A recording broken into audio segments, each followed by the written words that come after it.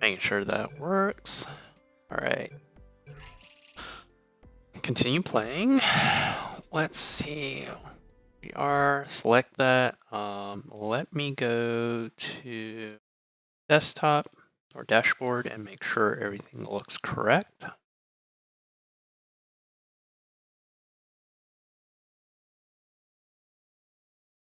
Yep, all looks good. All right. Close that out. All right, so where was I last time?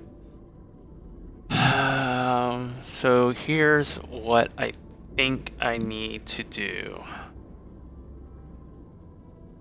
I don't need that portal there anymore, do I? So I can realistically go here. That's not at all what I wanted to do. Shit. Oh, I can't put anything there. But what I can do is get a second one going. Alright, I gotta reset real quick. Holy shit, my game volume sounds really low now. Oh wait, I have my volume turned down. Oh, holy shit. I have it turned down way. Alright, is that any better? No, because now I sound super loud because I've adjusted everything on my stream. So I can actually bring this down a bit. And I think I can bring my game up quite a bit.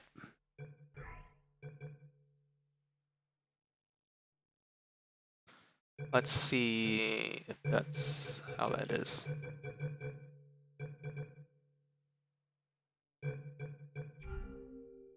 All right. Return the game. All right, so I'm thinking here. Let's go ahead, do that. Wait, no, now my head hurts again. No, I need to think that doesn't matter. All right, so I'm gonna put that one there. I'm going to put orange here because I suspect I'm going to go through time, this time portal, come back through the time portal. I have to... Wait. I don't have to do this fast, do I? Alright. I think it's more of a question of... Oh, no, because... Okay, that's what I was saying. I need to have my portal set up where I want them before going into the future to reset, because I can't move portals in the past. That's correct. Maybe then the thought should be... No, there's no thing here in this time zone, because that would make this a little bit better. Alright, let's see. And I think the only other solution is I do have to do this just dumb fast. So it's gonna be... Actually, I shouldn't have that there. Wait, no, I do want... Alright, actually, that's what I want to do. I want to go ahead, have these portals set up for here. Yes. So, all I'm doing then is placing a time portal here? No, that didn't work. Why didn't that work? Because that's not lined up with that, is it? Oh, I gotta press the button. No, it should totally be lined up. So why do I not?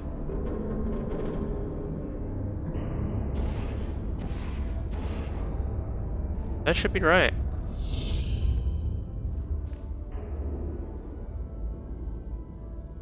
That there.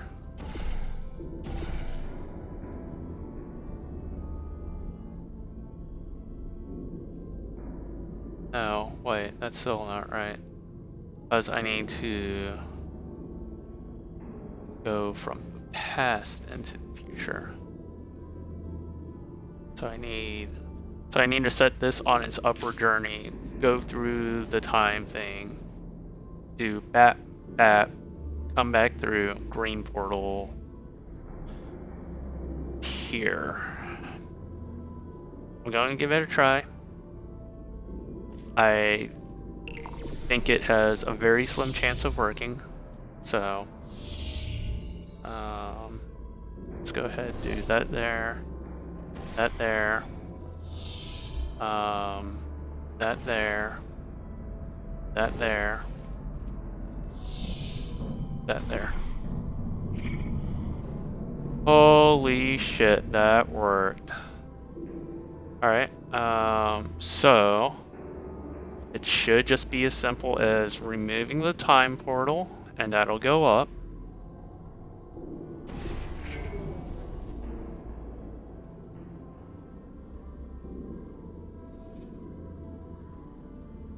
Alright. Alright.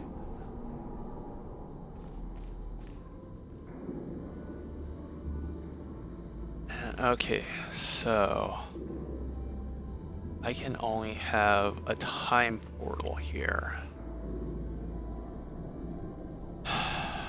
So I want to get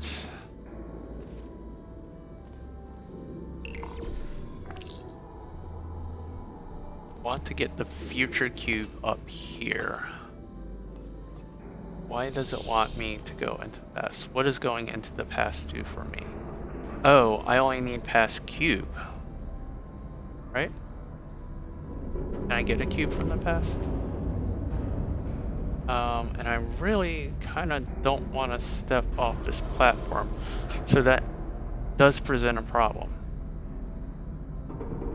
Oh wait, no. I know how to fix this. Okay.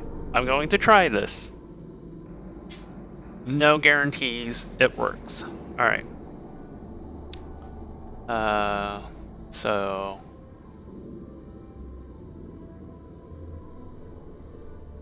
blue there, time portal there, time portal there, time portal here. Yes. Okay. No, I still can't get up here. Oh, okay. I think I see what I wanted to do. Alright. I hope this resets.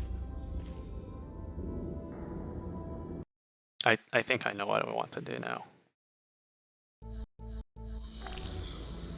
Okay.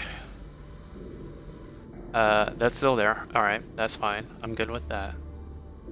I think now it's gonna go that way. Correct? So I want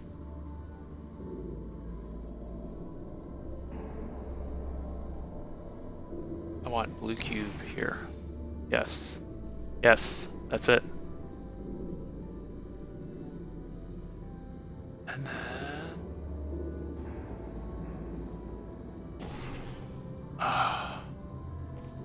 oh my gosh. Alright. So that part's actually really easy. Holy shit. Yeah. Yeah, I told you. I would have time off, my brain would relax, I would come back, and I would nail this puzzle. Not a problem.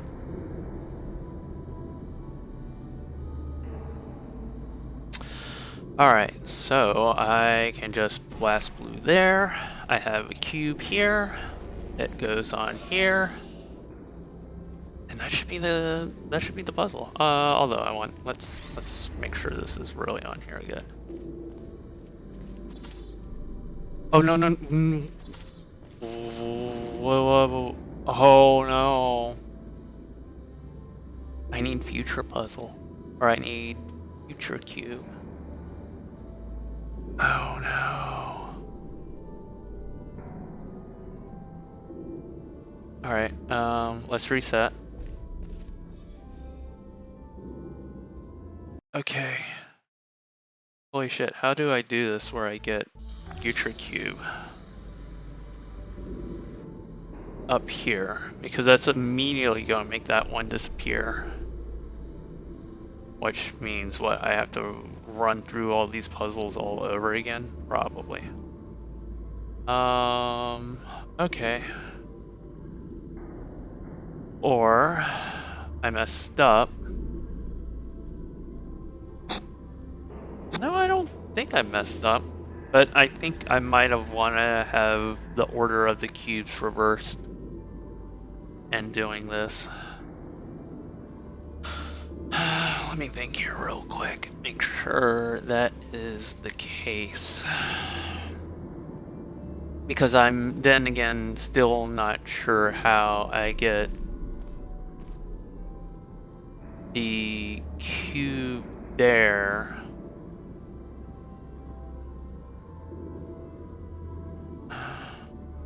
Let me think. If past cube is sitting there, or if future cubes, then past cube would be there. I can...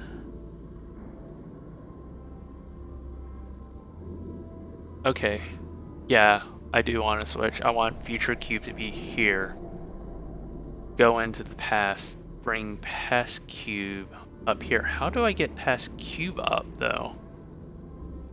How do I get past cube up here? That's the real question.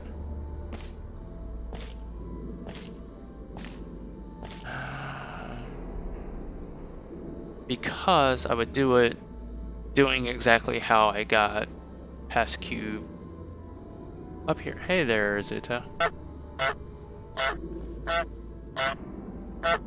Yeah, it's that for 30 seconds.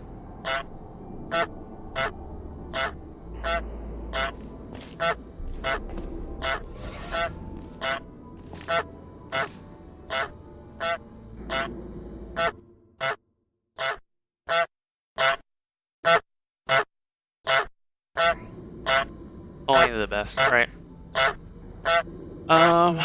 Well, I thought I had this, but now I'm thinking I don't have this. How do I get this?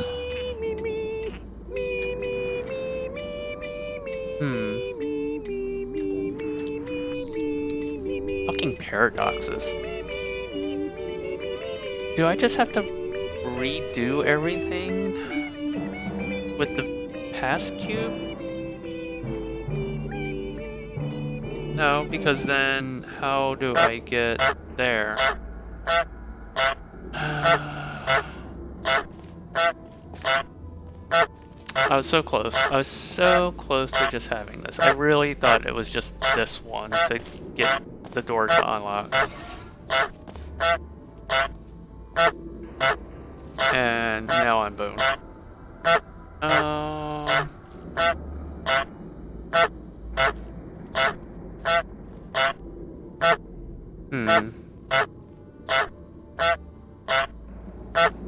Okay. So if I go into...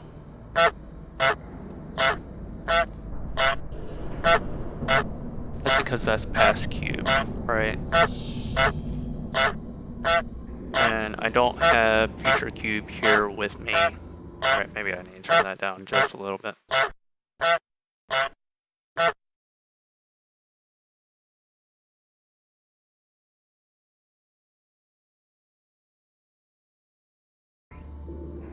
How's that? That's much better. Alright.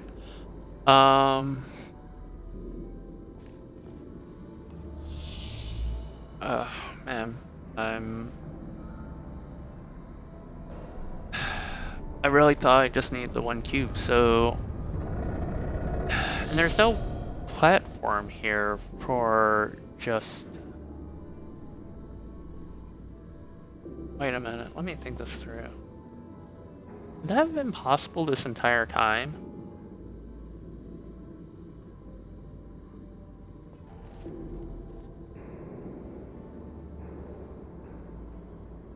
Okay.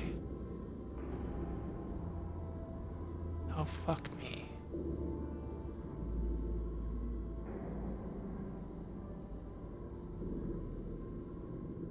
So I'm not sure how I'm getting up here with both cubes, but I realize I think I could have like cut out this entire puzzle myself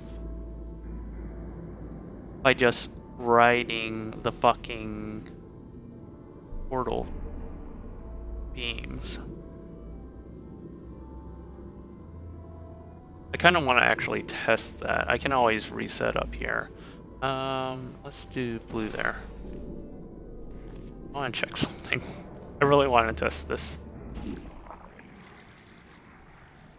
gonna be mad if I could have just done this from the very fucking start. I'm not gonna lie. Because I spent a full day working on this. And I'm pretty sure I can just go... Oh god damn it, I can. What was the point of all that?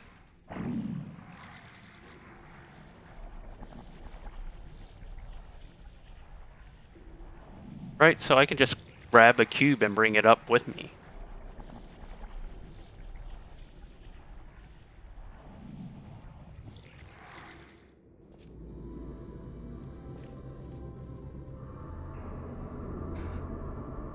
I just gotta figure out how to get the cube up here, but leave a cube there, realistically.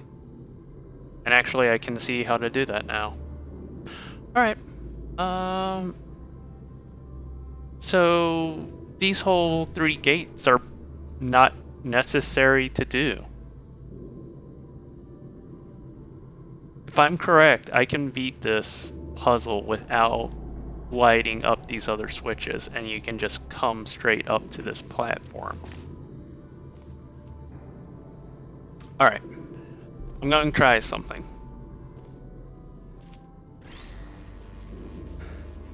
I think I'm going to want Future Cube up there. Yes. Alright. So, they just come here. Blue. We ride with the cube. Oh, we're riding inside the cube. Oh, okay.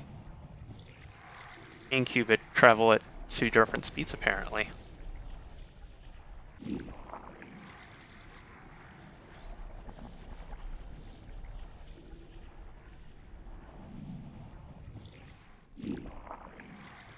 Fuck me. I could have done this all the way from the start.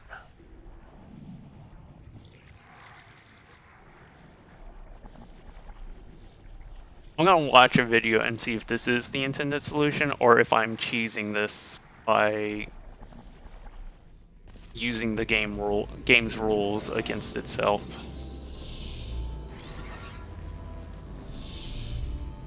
Alright. Now, you might be saying, well, how am I getting this here? By placing it here. I'm so mad. I'm so mad that this is all I had to do.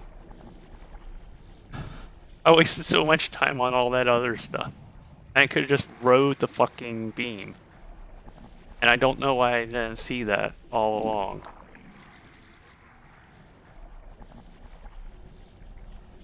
Like, this is way easier than I had initially thought it was. God damn it. Oh.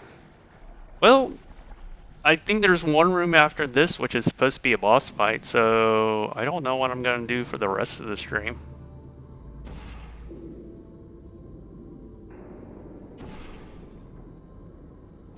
Man, I'm really kinda almost upset about that.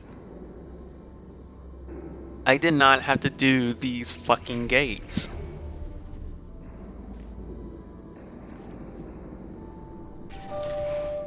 fucking hell. Astonishing. You really did it. You've proven to be capable of nearly anything. Now it's time for your real mission. We will put you back in stasis until the day of the incident, and you will be the one to prevent it. This vacuum tube will take you back to the long-term human storage vault. You will be awoken when the time comes to use your special abilities to save this facility from its impending doom.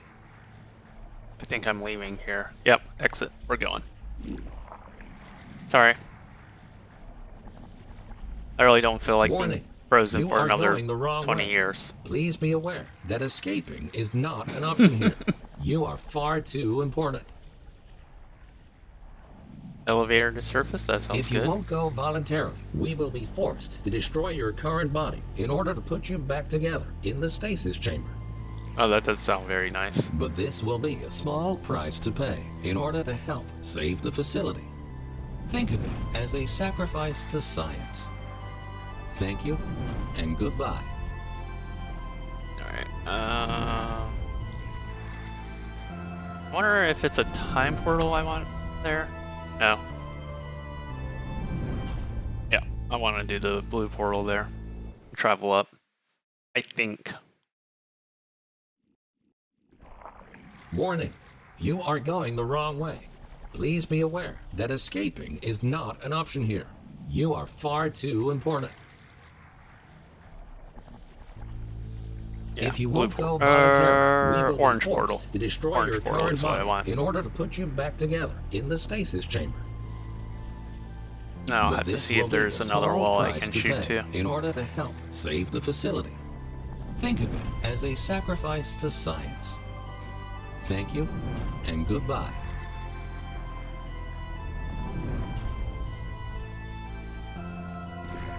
Oh, wrong button.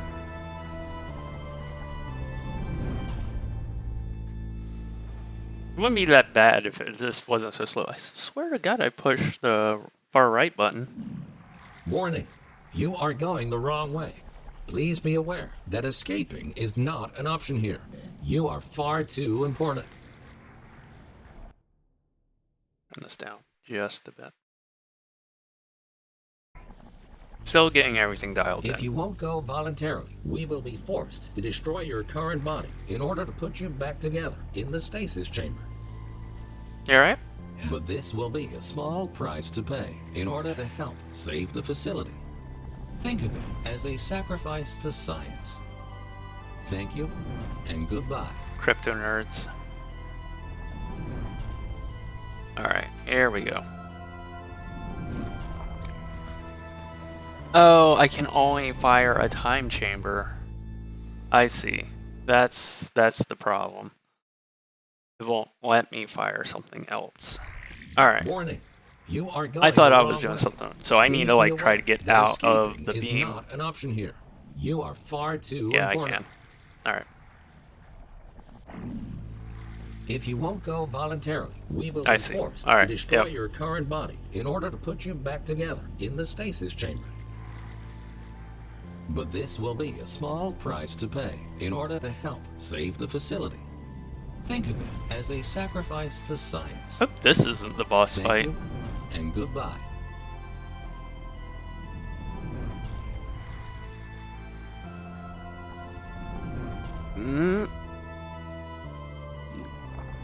Warning, you are deviating from your path. Oh, there we go.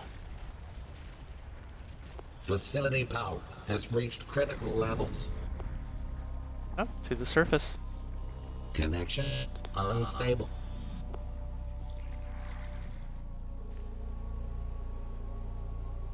Alright. Am I getting out of this popsicle stand?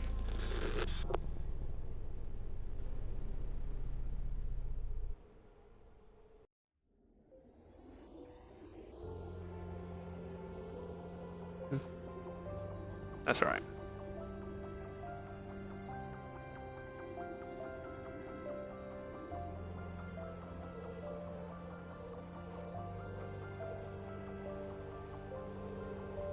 I think that might be it.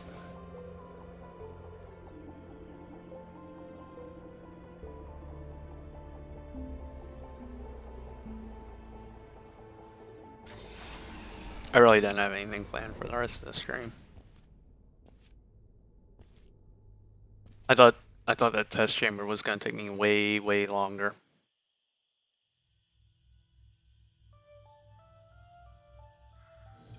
Oh, they normally, yeah, I was gonna say, they normally don't let you walk out with the portal gun.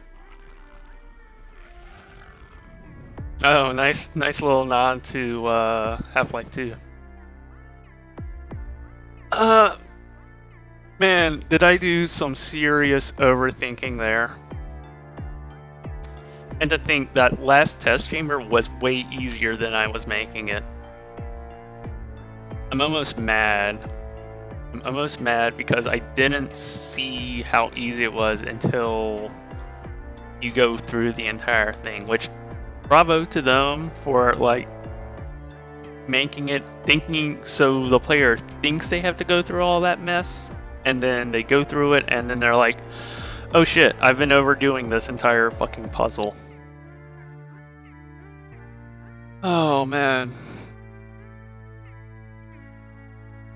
Alright, what am I doing for the rest of the fucking stream now? That all went way faster than I expected. You solved the problem? Already? Yeah, and I was overthinking the fucking puzzle too. Way overthinking it. It was a lot simpler than it had to be.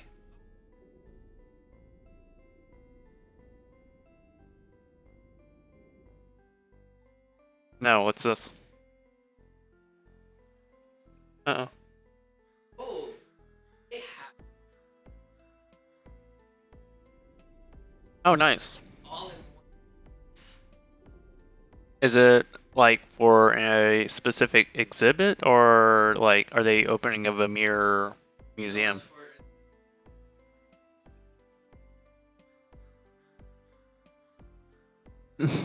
That's fine, Zeta.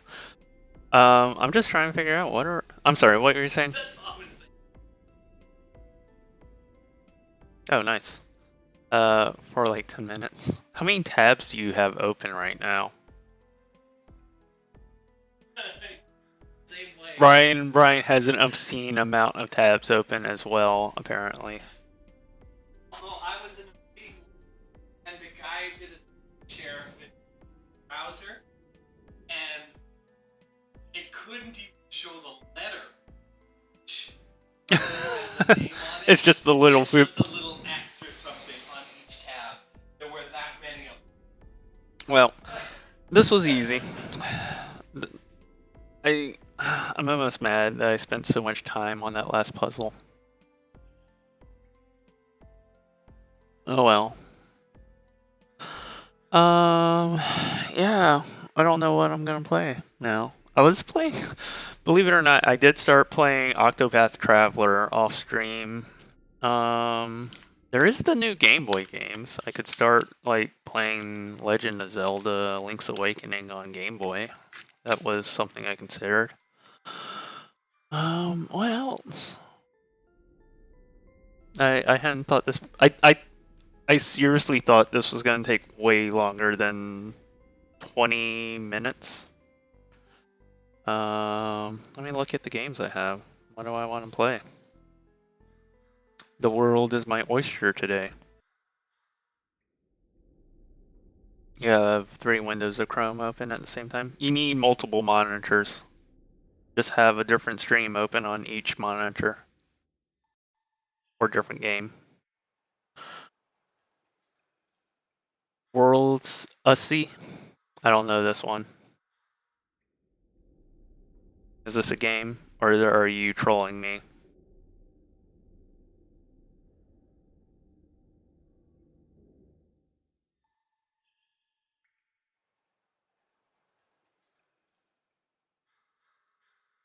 Oh no, it actually does look like. What is it? No, you're trolling me.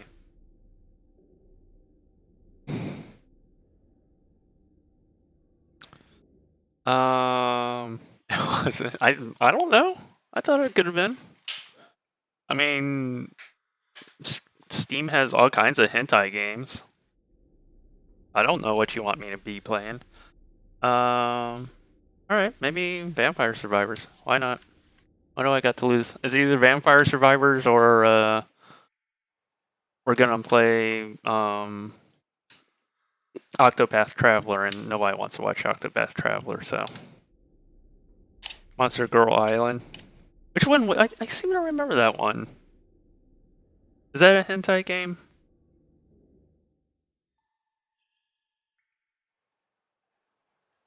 I think it is. Yeah, I mean, let's see how bad it is. I'm curious. Oh, it's not listed on the Steam store, or either you got to be logged in. Oh, you got to be logged in. I don't feel like putting that into my search results on my Steam client, so let's not. All right, Vampire Survivors, yeah. Cool, good game. I enjoyed it. It was super difficult at times. Sometimes I was making it more difficult on myself. That last one, I was making way more difficult on myself. You'll DM me a screenshot. Are you playing that right now? Do you have... Oh, maybe I could play a run of Dream Daddy. Do you have any meetings tonight? Right. We're playing Dream Daddy Dad Dating Simulator. Let's do that instead.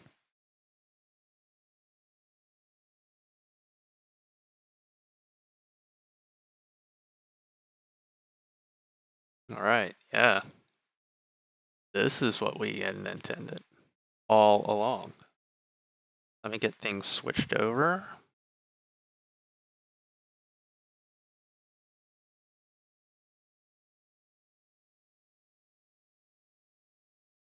Dream Daddy.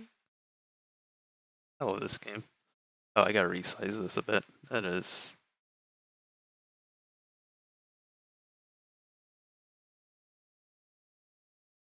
How's that? Is that acceptable? Is that an acceptable amount of dad on the window? Let me see.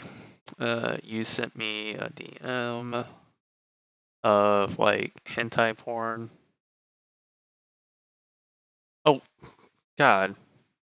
That needs to be like opened in incognito mode. Oh wait, no, it's a JPEG. I thought you were sending me to like... That's just weird. I mean, I'm trying to figure out what's more weird, the shark girl or the paper bag. Right?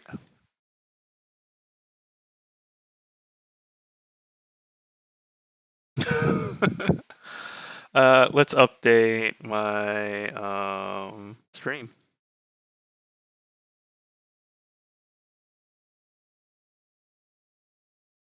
Oh, come on. Don't be like this. Don't be like this.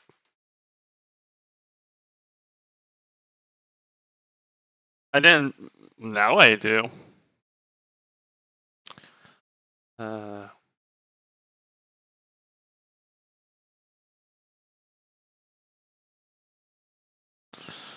Dream Daddy Dad Director's Cut.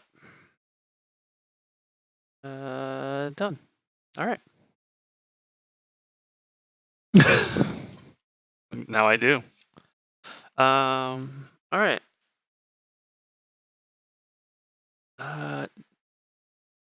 New game? Continue game? Do we continue with Brian?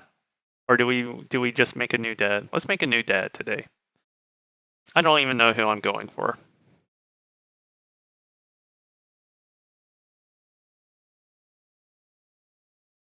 Zeep.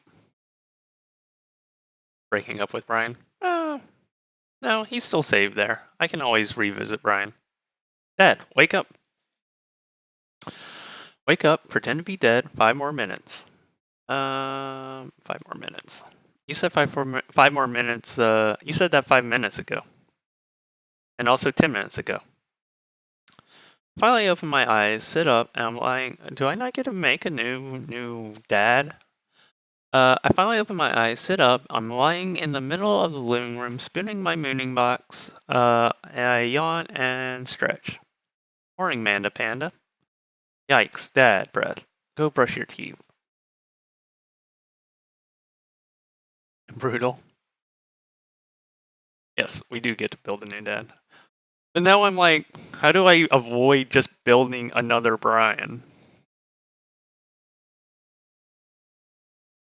I mean, I do like these body shapes here. Then boy. It's gonna be like this. Alright. Yeah, definitely this. He's already like still too hairy. Twink femboy. Let's see. Definitely not. Maybe this. You click to add hair? No, I clicked heads. If you go back to bod.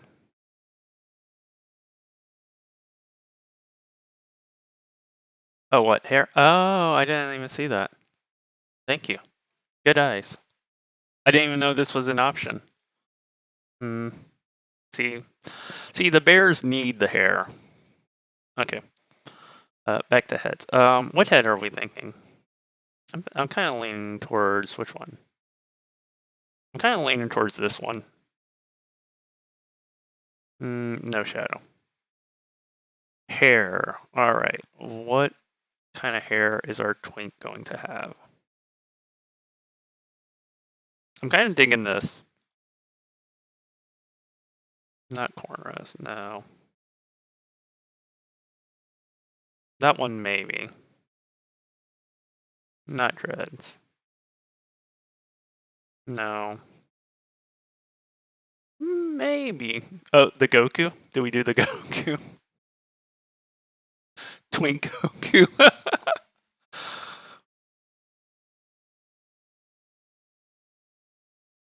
All right, we might have Twink Goku here. Eyes.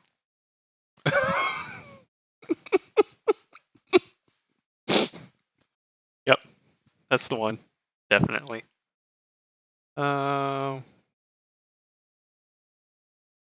kind of nose does Goku have? I've never really paid attention. Oh, I guess it's probably that one.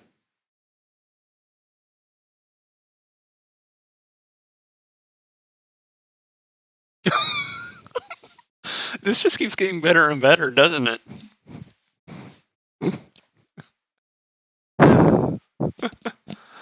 All right. All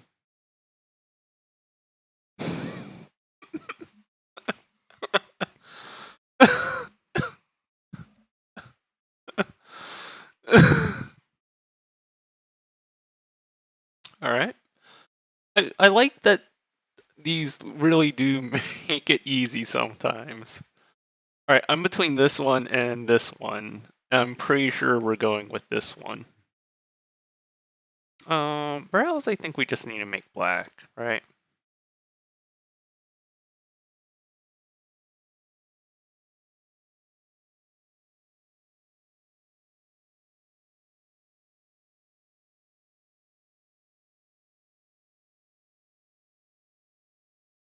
All right. Facial hair. Goku really doesn't have facial hair. Glasses. No, not really. Piercings. We want to just. Oh, I'm digging that.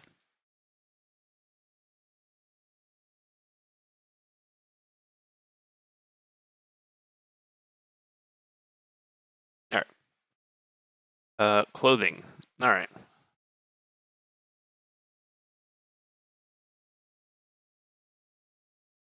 Do we just have him walk around in his underwear everywhere?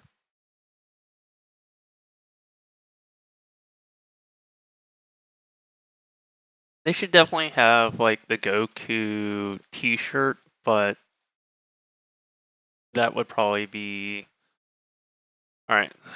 So, what do we think? This one? This one's very femboy. And so is this one.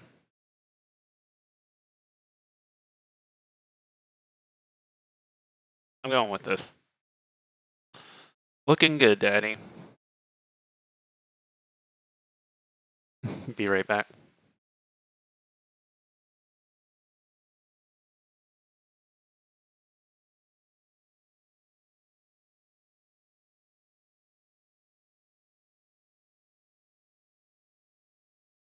be that dad. Femboy Goku.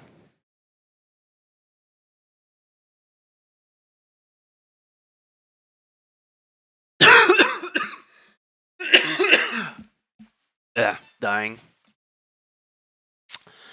Amanda, did you fall asleep packing?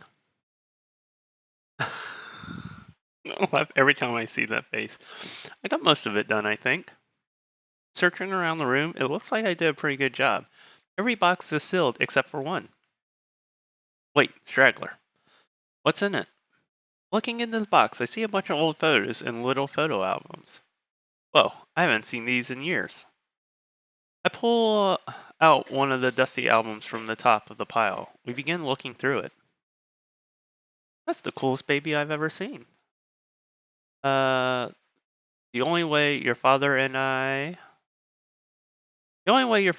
could get you to stop crying was to put sunglasses on you. But whenever we tried to take them off, you'd start crying again. You spent the first 2 weeks of your life with sunglasses on. Nice. Halloween, you were maybe 4? Oh my god, that dragon costume. Oh, his name is Femboy Goku now, by the way. Oh my god, that dragon costume. You couldn't decide between being a princess or a dragon, so you went as both. Princess Dragon. Why do I remember crying in that dragon costume? You saw yourself in the mirror, realized you were afraid of dragons. Seeing yourself inside the dragon mouth was a realization of your greatest fear, I think. Right, yeah. Definitely repressed that memory. And this was you in your horse phase? Dad. I believe you named the plush horse Sir Horsington the Brave. I don't think that was his. Amanda lunges for the photo, but I quickly snatch it away and hold it above her head with my superior dad arms. Nice try. Nice try, but this is important blackmail for later down the road. You know, it should have been last name Femboy, first name Goku. Goku Femboy. Go ahead and try me. I've seen pictures of you in your ska band. Ouch, kid. The Scumnist Manifesto had a chance back in the day. No, you can have them. Can I have one?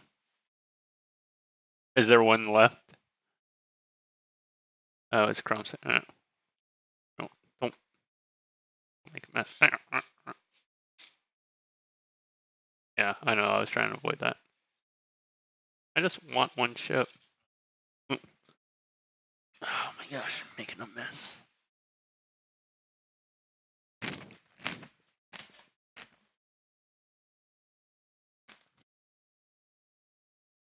I agree. He looks awesome. I look into the distance, reminisce about that rad horn section. Hey, it's Emma P. No, Dad, that's Emma R. I'm really upset they didn't write a storyline where her and Emma P are like dating. I'm almost a little upset they didn't go in that direction with the Emmas. Hey, Tater Tot. Yeah, I beat the portal really fast when I came back to it, so we're moving on. It was either this or Vampire Survivor. I figured this is a nice change of pace. Oh, and it's Femboy Goku now. No, Dad, that's Emma R. I didn't meet Emma P until high school. Thank you. Honey, I promise you wholeheartedly that I will never stop mixing those two up. They're just Emmas. Just remember the Emma. Just call them Emma and you're good. Dad, Emma R has been my best friend since I was in 7th grade. Give it like a little bit of fucking effort. God, what a goddamn cunt. Hey, Anycup. I beat it so fast. I beat it in like 20 minutes.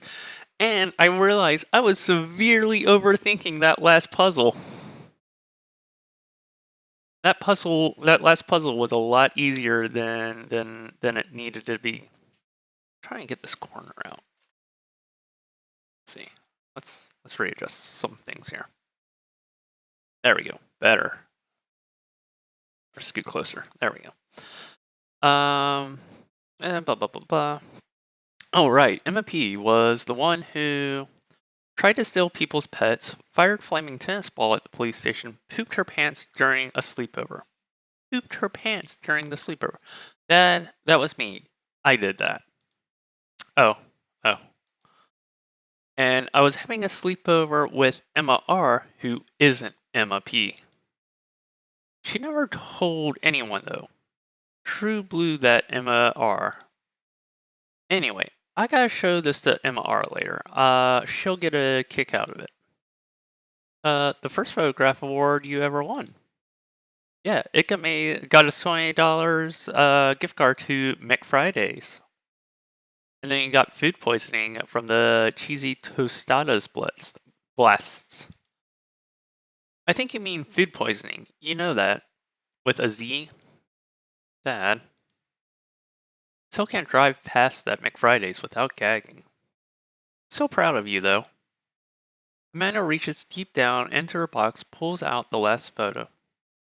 Neither of us say a word. We stare at the photo for a long moment. I finally decide to break the silence. This was the day you were born. This was the day you were adopted. This was the day you were born. Because science has progressed in this world. It's kind of a funny story. We got in a car accident right there in the hospital parking lot. It wasn't anything big, just a fender bender. But of course, I was freaking out. And a little old lady who crashed into us was freaking out, and I didn't know what to do. But your father, oh man. He holds my hand, looks me directly in the eyes, the calmest I've ever seen him, and he says, "It's okay. It's gonna be okay."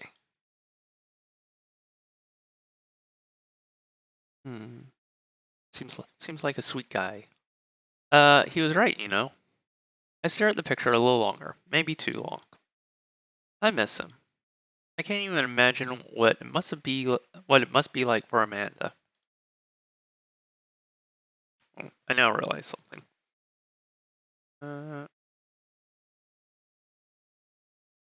There we go. This way you guys don't have to see the cursor. She passed me on the back of the head. Or she passed me on the back. I don't know why it would be on the back of the head. Come on, Pops, we gotta finish packing. The moving van won't wait forever. You're right.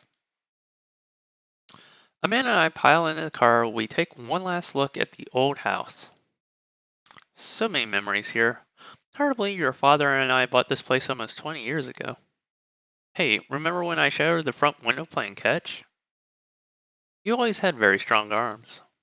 Hey, remember when I shattered the other front window pretending to be a robot who breaks windows? You were a very imaginative child. Hey, remember when I broke the back window? We get a minute. You like breaking my fucking windows of the house. And there'll be plenty more stuff for me to break in the new place. Memories to make and stuff to break. You ready? We sit in silence for a moment. I watch my daughter grow up in this house. It will forever hold a place in my heart, but it stings a little bit to leave it behind. I'm ready. The moving van begins pulling away. I get the car into position to follow it. I watch our old house, disappear in the rearview mirror. So what? So sell me on our cool new pad. I clear my throat and do my best cheesy announcer voice. Nestled in this beautiful, scenic downtown Maple Bay, our new house features washer and dryer, 2-car garage, multiple places to sleep. Multiple places to sleep. Not only are there bedrooms for your sleeping pleasure, but couches and floor space where you can, yes, catch a wink. What a deal. I mean, if sleep weren't for the weak, you sleep more than anyone I know. I admit my fault. Pops, keep it real. Anyway, it's also smaller than our last house. Cozier, one might argue. It's been. I think it's great.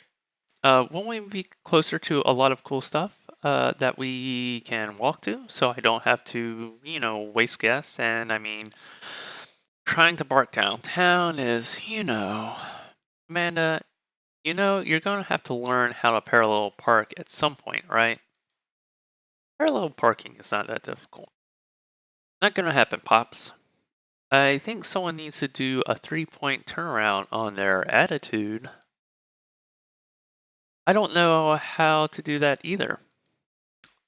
Have you met the neighbors yet? Not yet, but the neighbors seem pretty quiet. So you won't have to chase any rowdy teens off your lawn? You are the very teen you mock when you say that, honey. In my last year of high school, I'm practically dust. Yeah, you're a real don't you dare senior. Dad, I know where this is going. Citizen? I'm just gonna ignore that. But I won't forget it. So, what's item number 1 in our new house agenda? Well, first we need to forge a path through the solid wall of boxes that's blocking the living room. I still have to install the washer and dryer. We need to go grocery shopping. Pops, cool your jets. You have to promise me that we're going to take a break and explore the neighborhood. Okay, you're right. Well, get some work done and then check the area out. We pull up to a new house, step outside, the lawn is freshly mown, and the for sale sign is still in the yard. Yeah. And with a swift kick from Amanda, the for sale sign is no more. Nice form, Sweet Pea. I got a problem with authority. I'm so proud. Man, all this karate chopping tuckered me out. I could really go for a sandwich. An ice cream sandwich. Sweetie, it's 10 a.m. We need to unpack first. I need some coffee ASAP. Did you even see all those dogs in the parks nearby? Nope, having fun. We've done coffee, so we don't need to go for coffee. Should we unpack some, or should we go play with dogs in the nearby park? I mean, who doesn't like playing with dogs in the nearby park? I'm going for that. You know it. Thank you for moving us to an area where the dog to person ratio is very high. Only want what's best for you. I hope you're prepared for the frequency at which I interrupt conversations to yell dog to rocket way up. I mean, you do that a lot already. Hey, it's a dog. Wait, false alarm. It was a funny shaped rock. If you want to see a real dog so bad, let's go to the park around. Let's go to that park around the corner.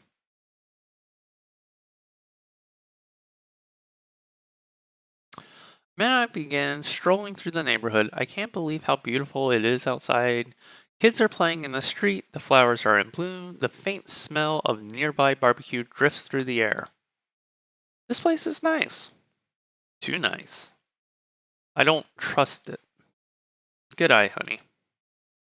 You can never be too careful. See the baby in the stroller over there?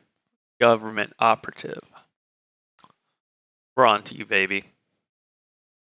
We walk a while and eventually end up at the small park. Toddlers chase each other through the playground. Dogs of all shapes and sizes romp through the grass.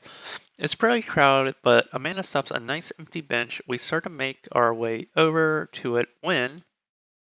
Yeah, this is all new. Heads up. Ow. A frisbee suddenly hits me in the face. Woof. Oh, look at this little fucking corgi. He's adorable. A corgi with a neat plaid handkerchief tied around its neck bounds up to me, wagging its tail. Who owns the dog? Hello. Did you throw this thing at my head? I like your necktie. What should we say to the dog? I like your necktie. Ruff. Runs around in a circle and nudges my leg with his nose. Oh god, this is the cutest dog ever, right? Right? Look at this smile. They drew this dog like extra cute. Can I help you? Impart upon me your wisdom, tiny dog. Pet the dog. Pet the dog. But where do I pet the dog? On the head or the back. Give him those head rubs. We need some chin scratch here. Dare we try the butt pats? Give him those head rubs. He seems to love a good head rub. All smiles here. You definitely could have caught that. A guy in a Hawaiian shirt jogs over to us and takes the frisbee from me. Miss Brian. You know the frisbees are traditionally caught with your hands, not your face. Well, traditionally you're not supposed to aim for people's heads. It's a new technique. I'll catch it with my teeth next time. We'll say a new technique. It's like disc golf, but the goal is my face. Looks like you're winning. Oh, yeah, already scoring points. Just messing with you. I'm Brian, by the way. I'm Femboy, and this is my daughter, Amanda. I look over Amanda only to find her sitting on the ground rubbing the dog's tummy. Aw. Hi. Your dog's cool. Old Maxwell sure loves the attention. It's great to see another father-daughter out here on such a sunny day. Where's yours? Brian gestures over to the grassy knoll where a young girl sits on a checkered blanket. She's reading a book bigger than her head. She puts it down and heads over to us. This is Daisy. She's reading the brothers I'm going to butcher this. The brothers Karamazov. Her teacher tells me that she has been reading comprehension skills of a high schooler. How old is she? 10. She's a precocious little youngster. Whoa. My natural dad instinct kicks in. I must brag about my child's accomplishments. Oh no, it's happening. We got a Pokemon fight here. Right, go on. Daisy, tell him. Tell him about yourself. Daisy, Brian, that's my girl. Femboy. Amanda, get in there. Oh, okay. Alright. Well, clearly I need to brag, right? Oh, where's my... Yeah. Child art? Spelling bee photo? Scratch card? Okay, is there no back? Okay, we're locked into this, huh? Spelling bee photo. Fumbling through your phone's browser, you managed to pull up a photo of Amanda winning her 10th grade spelling bee. Wow, congratulations, Amanda. Daisy's getting prepared for her annual spelling bee right now. Hopefully this will be her 3rd win in a row. Yikes, you lose 5 HP. Right, Daisy's just started a weekly chess club at her elementary school computer lab.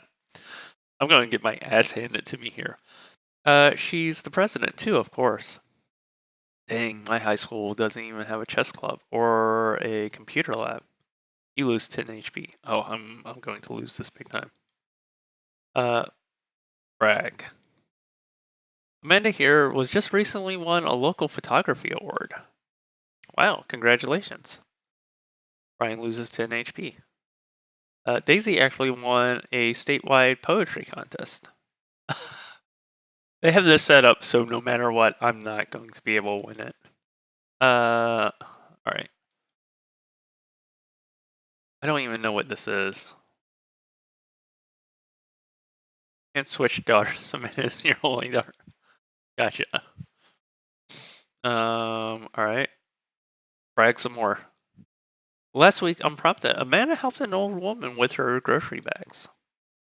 It's extra powerful. Brian loses 20 HP. Alright, we're neck and neck now. Daisy sold enough candy bars this year to get the top prize, a canoe. That's actually kind of cool. Who gives a canoe away? We're taking it out next weekend. Oh, can we go? How is that even possible? Amanda could barely get one of those sticky hand things. It's extra powerful. You lose 20 HP. I'm gonna have to flee here. I really wonder if there is a way to win this fight. Band-Aid. With a flourish, you produce a band-aid from your pocket, take a knee, and start to apply it to Amanda's arm. What are you doing, Dad? Being a protective parent, anyone would agree it's an unusual gesture. Oh, I was supposed to gain HP. I thought it would be like a heal. Brian, did I mention Daisy said her first words at 10 months? Daddy? Mana's word was potty, still cute, but maybe this isn't the time to bring it up. I'm going to die. All right, I need to flee. Do you really want to flee? Yes. Amanda, get out of there. Don't have to ask me twice. Wait, what are we doing here? Putting our kids on competing pedestals. It's been such a treat getting to know you two, and that's what matters. God, even his cowardice is better than mine. So I take it you guys are new to the neighborhood. There was no way I was going to win that. We moved in. Do you live around here? We live in the cul-de-sac down next to the coffee shop. What a coincidence. That's where we live too. Small world. Yeah, Daisy and I are the little ranch style house on the corner. I know that house. It's just like ours, but slightly bigger and better landscape. Does this guy have to outdo me in everything? What a lovely place. Well, I don't want to take it any more of your time. Really nice meeting you guys. You'll have to stop by at some point.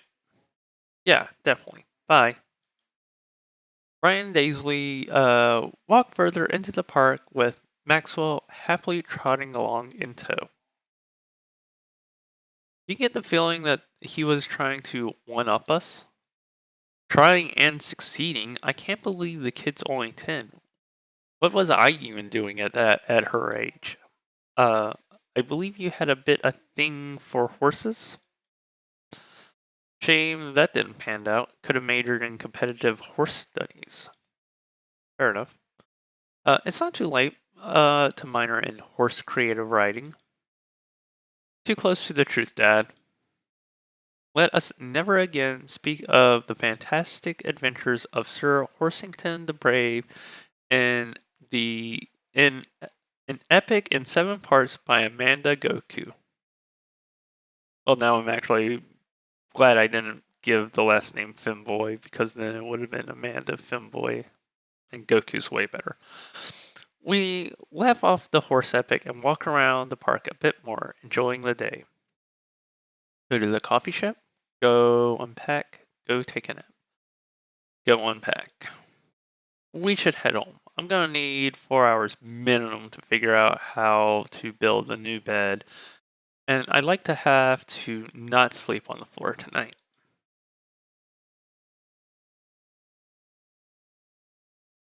I get to work unpacking the various boxes around the living room. A couple of hours pass and I get some work done. The washer dryer unit is both washing and drying. We can actually walk through the living room without tripping over boxes. First visitor already? I walk over to the door and open it. Hello? A handsome, clean-cut man stands at my door, brandishing a plate of cookies. I mean, do we try Joseph again? He deserves better. Hello? Oh, where are my manners? My name is Joseph. I'm your next door neighbor. Oh, yes, hi, I'm Femboy. That's what my name is. I saw the moving van and thought I'd bring over some cookies. My daughter's Christy and wanted me to let you know she baked them herself. Joseph leans in and whispers, but between you and me, she just sprinkled on the chocolate chips.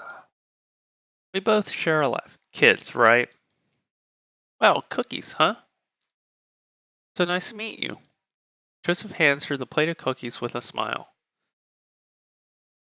Well, thanks for the cookies. Amanda disappears with the cookies. And she's gone. That's my daughter. Her name is Amanda. She's a charmer. Daughters are tough. Sons are also tough.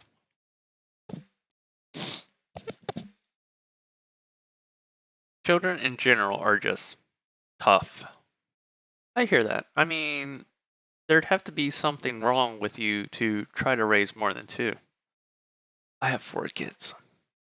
What are you doing with fucking 4 kids? What have you done?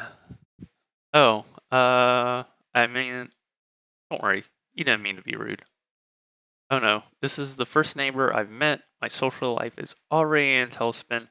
I wonder if it's too late to move again. Yeah, okay. Is the missus around? Mr. actually, and no, not anymore. He passed away. Oh, uh, I'm sorry for your loss. No, it's alright. Wow, this is uncomfortable. We stand there quietly for a moment, acutely aware of how awkward we both made things. I'm sorry. Can you close the door real quick? I look at Joseph quizzically, but comply. After a second, I hear a knock on the door, opening it to see Joseph standing there with a huge smile. Hey, I'm your new neighbor, Joseph. I promise not to talk about your dead spouse this time. I'm throwing a barbecue for the cul-de-sac, and I'd love for you to come by and meet the rest of the neighbors in our community. What do you say, pal? That sounds great. My daughter Amanda and I would love to stop by. Also, 4 kids is practically a normal amount of children to have. We shake hands to seal the deal. Well, neighbor, I'll see you at 3 p.m. sharp on Saturday. Sure thing, neighbor. Who's hitches? Joseph starts walking away, but stops to think for a second and turns around. Hey, in all seriousness, raising a kid on your own can't be easy. If you ever need to talk about stuff, I'm the youth minister at the church down the street. Have you seen Goku? Does he look like the church-going kind? I don't know. I wouldn't really consider myself a youth. No, don't. Nothing sadder than a femboy who's past their prime. You look pretty young to me, but suit yourself. And with that, Joseph's gone. You seem nice. Amanda walks back into the living room, crumbs on her face and cookie in hand. That was the smoothest recovery I've ever seen. I should be taking notes. See, you're already fitting in great. Where did those cookies go? They're gone. I'm sorry. If it makes you feel any better, they weren't very good. So you ate them all anyway? I guess that makes it break time. Any ideas? I could use some coffee. Just probably wants this plate back. I'm only trying to avoid the coffee place because we've done the coffee place. But we've also done the Joseph one. Like, should I roll this back all the way to the park? Go to sleep instead of coming home to unpack? Alright. We're going to try to nail ourselves a Joseph. We're going to try to do it right this time. I think we get a ton of good neighbor points if we bring this back. We're going to be the best neighbors in the whole goddamn cul-de-sac. We're going to kick all the other neighbors' butts with kindness. Amanda and I step outside.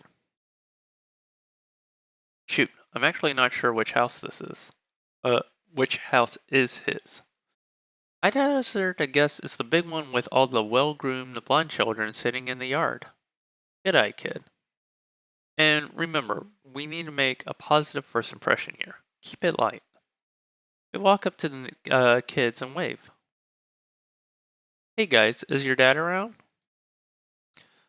They all just stare at us blankly. Yeah, this family is all kinds of fucked up.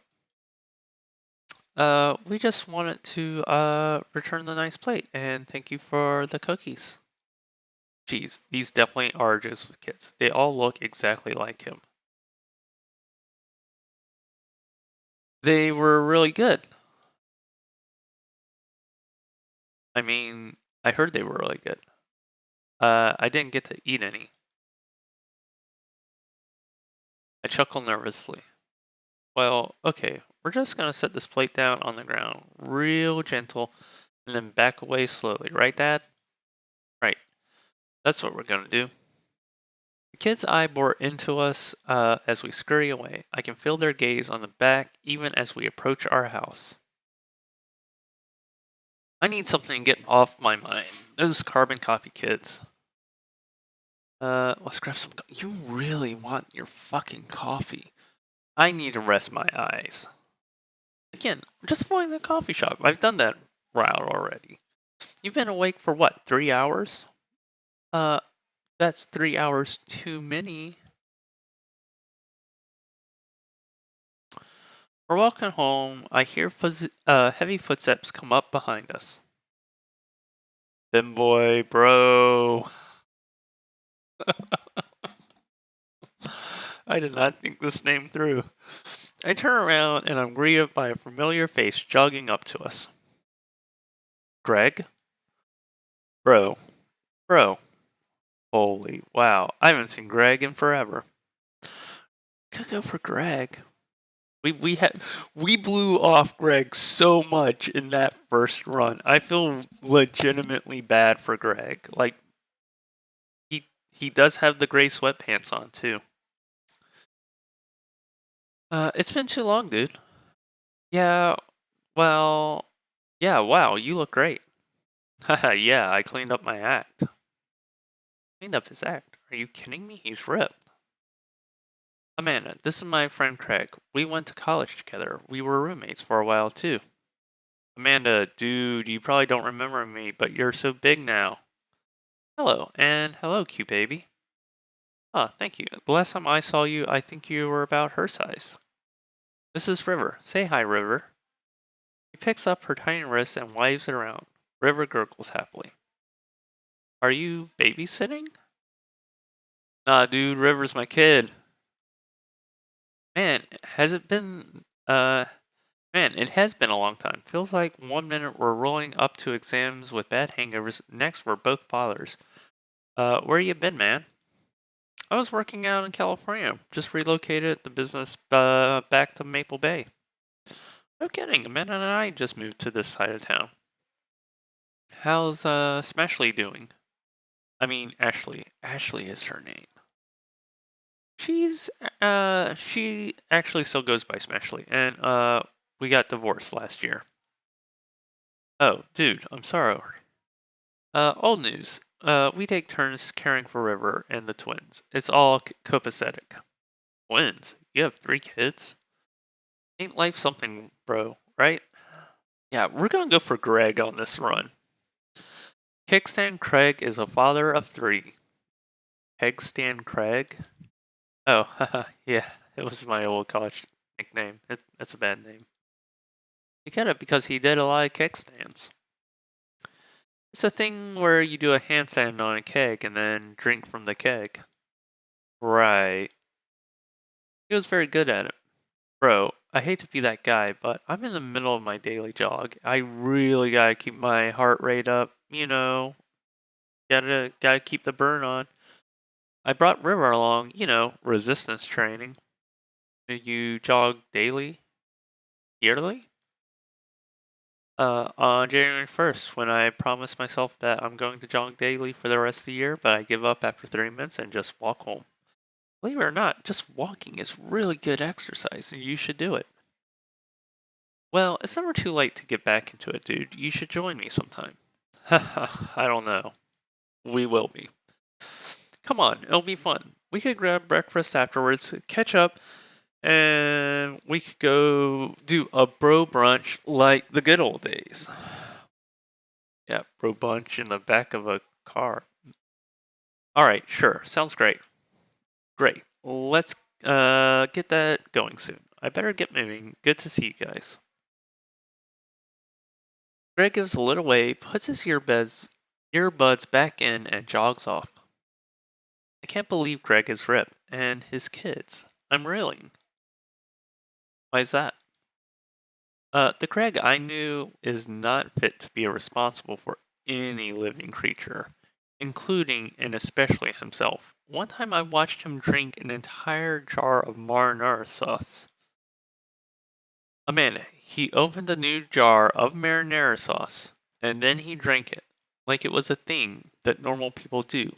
It was unholy, and when I asked him what the hell he's doing, he said, and I quote, "It's basically a smoothie, bro." I mean, technically he's not wrong. He jogs. He was jogging. There's something wrong with jogging. Jogging is great exercise. If you do an exercise, jogging is by far not the worst thing you could do. He's like a totally different person. Anyway, we better get home. I'll have plenty of time to reflect on how old I feel later. Amanda and I flop down onto the couch. Amanda has to shove some empty boxes out of the way before she can sit. Too bad we're going to be putting stuff right back into these boxes in a few months. No, don't say that. Oh, Dad, it's going to be okay. I'll be fine. I know. I know. It's just you're my little girl. It's going to be weird not having you around. I'll come visit and I'll text you every day. I'll make. Hold on a second. I'm going to sneeze.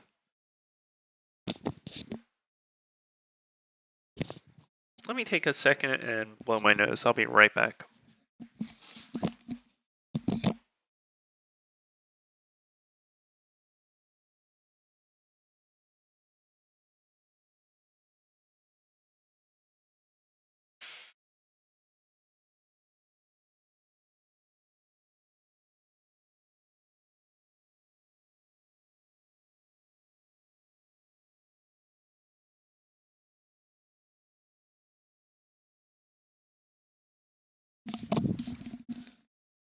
Alright, I'm back. Sorry about that. I'll come visit and text you every day and take lots of pictures. Where's my mouse? There it is. I mean, obviously, I'm a photography major. You promise? Of course. You're going to be okay by your lonesome self?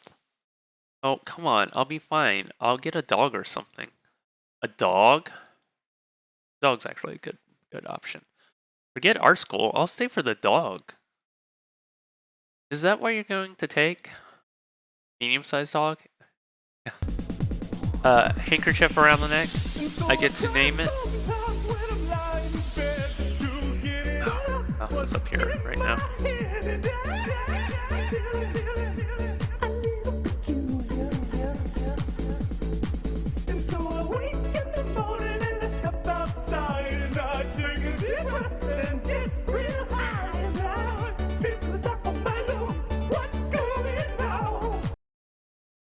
Thank you for the gate updater.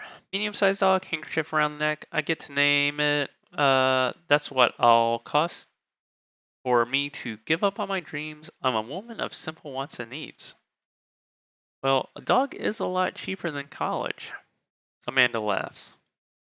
Suddenly, a pile of envelopes slides through the mail slot. Speaking of college, Amanda darts over to the envelopes, shuffles through them. She pulls one out and throws the rest back on the floor.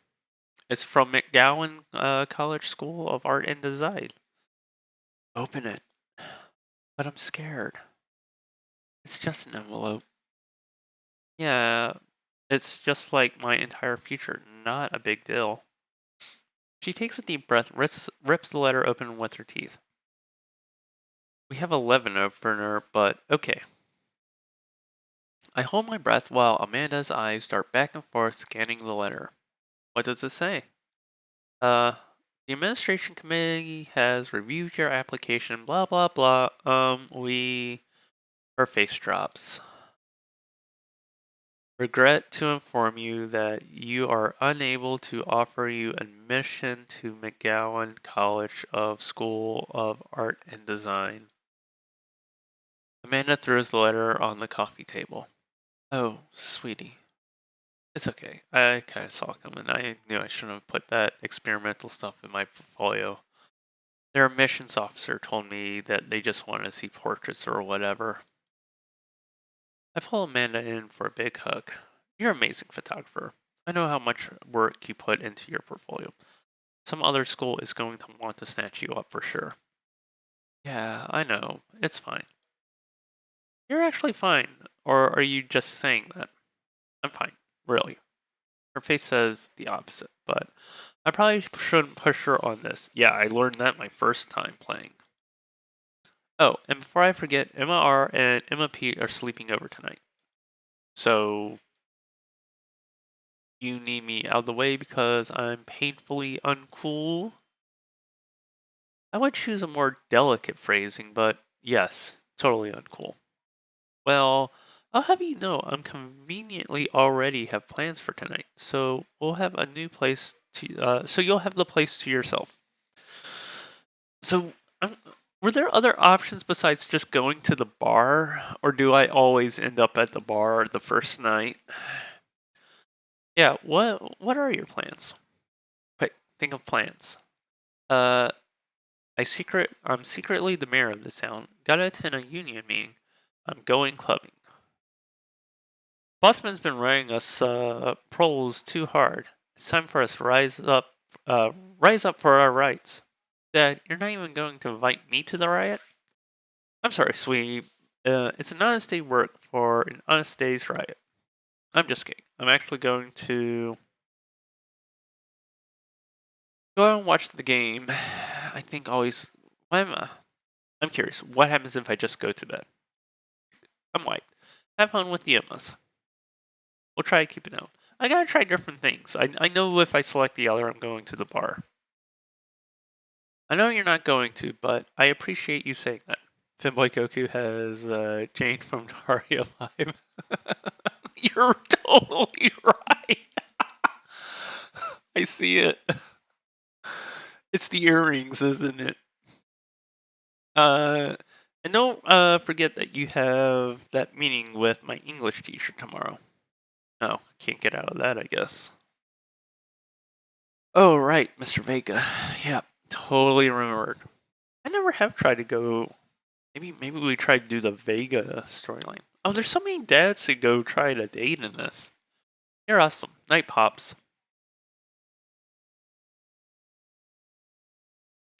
I wake up to a text from an unknown number. Rise and shine, early bird. Still want to work out? This is Greg, by the way. We're going for Greg. This run, we're going for Greg. We are getting our ass up and we're going exercising this morning and then brunch. Holy crap, it's 6 a.m.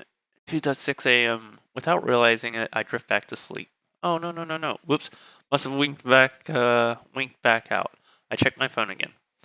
But still want to get your swole on? I'm ready to tear up the track. Hit me up.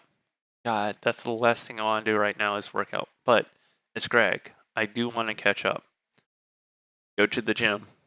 Go to the gym. You're Goku. That's what you do. You work out.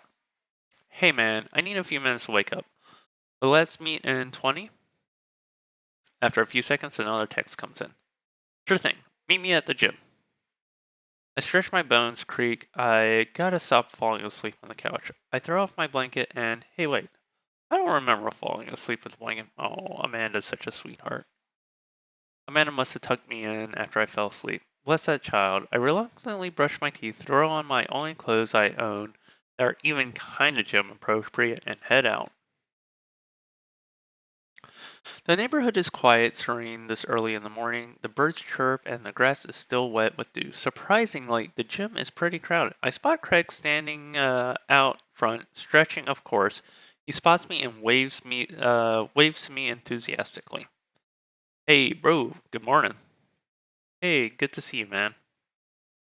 I'm definitely not as pumped up as he is. Maybe I should have had coffee before. You didn't grab coffee before leaving first thing in the morning? That's a misstep on your part. You have to have coffee.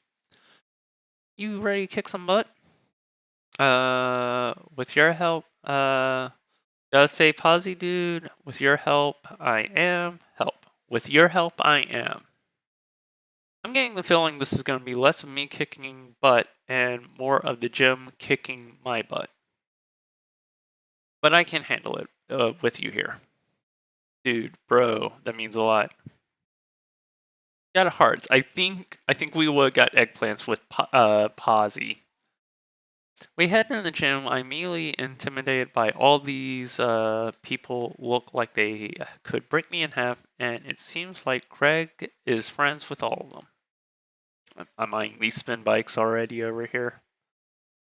High five and finger guns, all the cool jocks in the room. They look at like they could and would steal my lunch money to spend on protein shakes. Come on, but let's swarm up. We head over to the treadmills and start walking. Okay, I can walk. Walking's good. This is a decent place to be. Walking. So I know we're on treadmills. Yes. And those over there are ellipticals. Very good. What is all this other stuff? Greg laughs.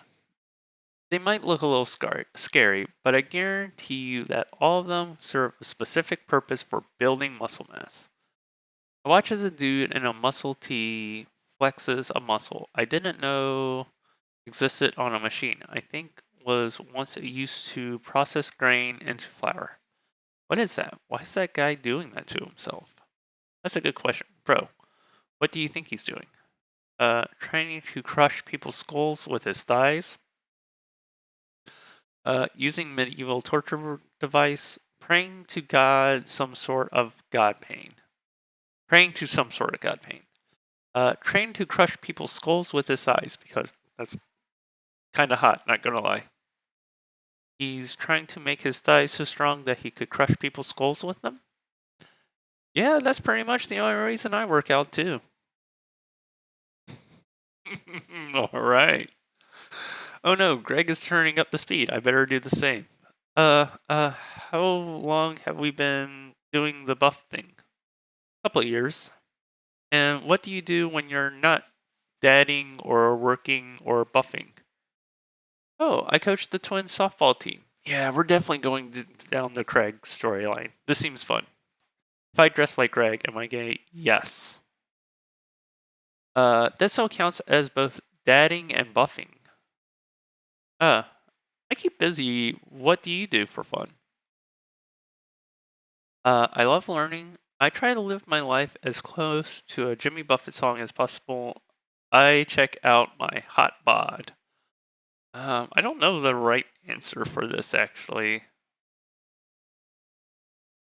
I check out my hot bod. I spend most of my time in front of the mirror, admiring my Adonis-like figure because he's vain. That I've worked so hard to sculpt. Ah, well, that at least went good. Positive reaction. By that I mean lay horizontal and watch bad television. We're jogging now. Oh god, we're jogging now. I look over at Greg, who hasn't even broken a sweat. How is he doing this so effortlessly? I'm dying. I can feel my. For starters, Greg stretched. You did not stretch. Greg should have made sure you stretched before you started.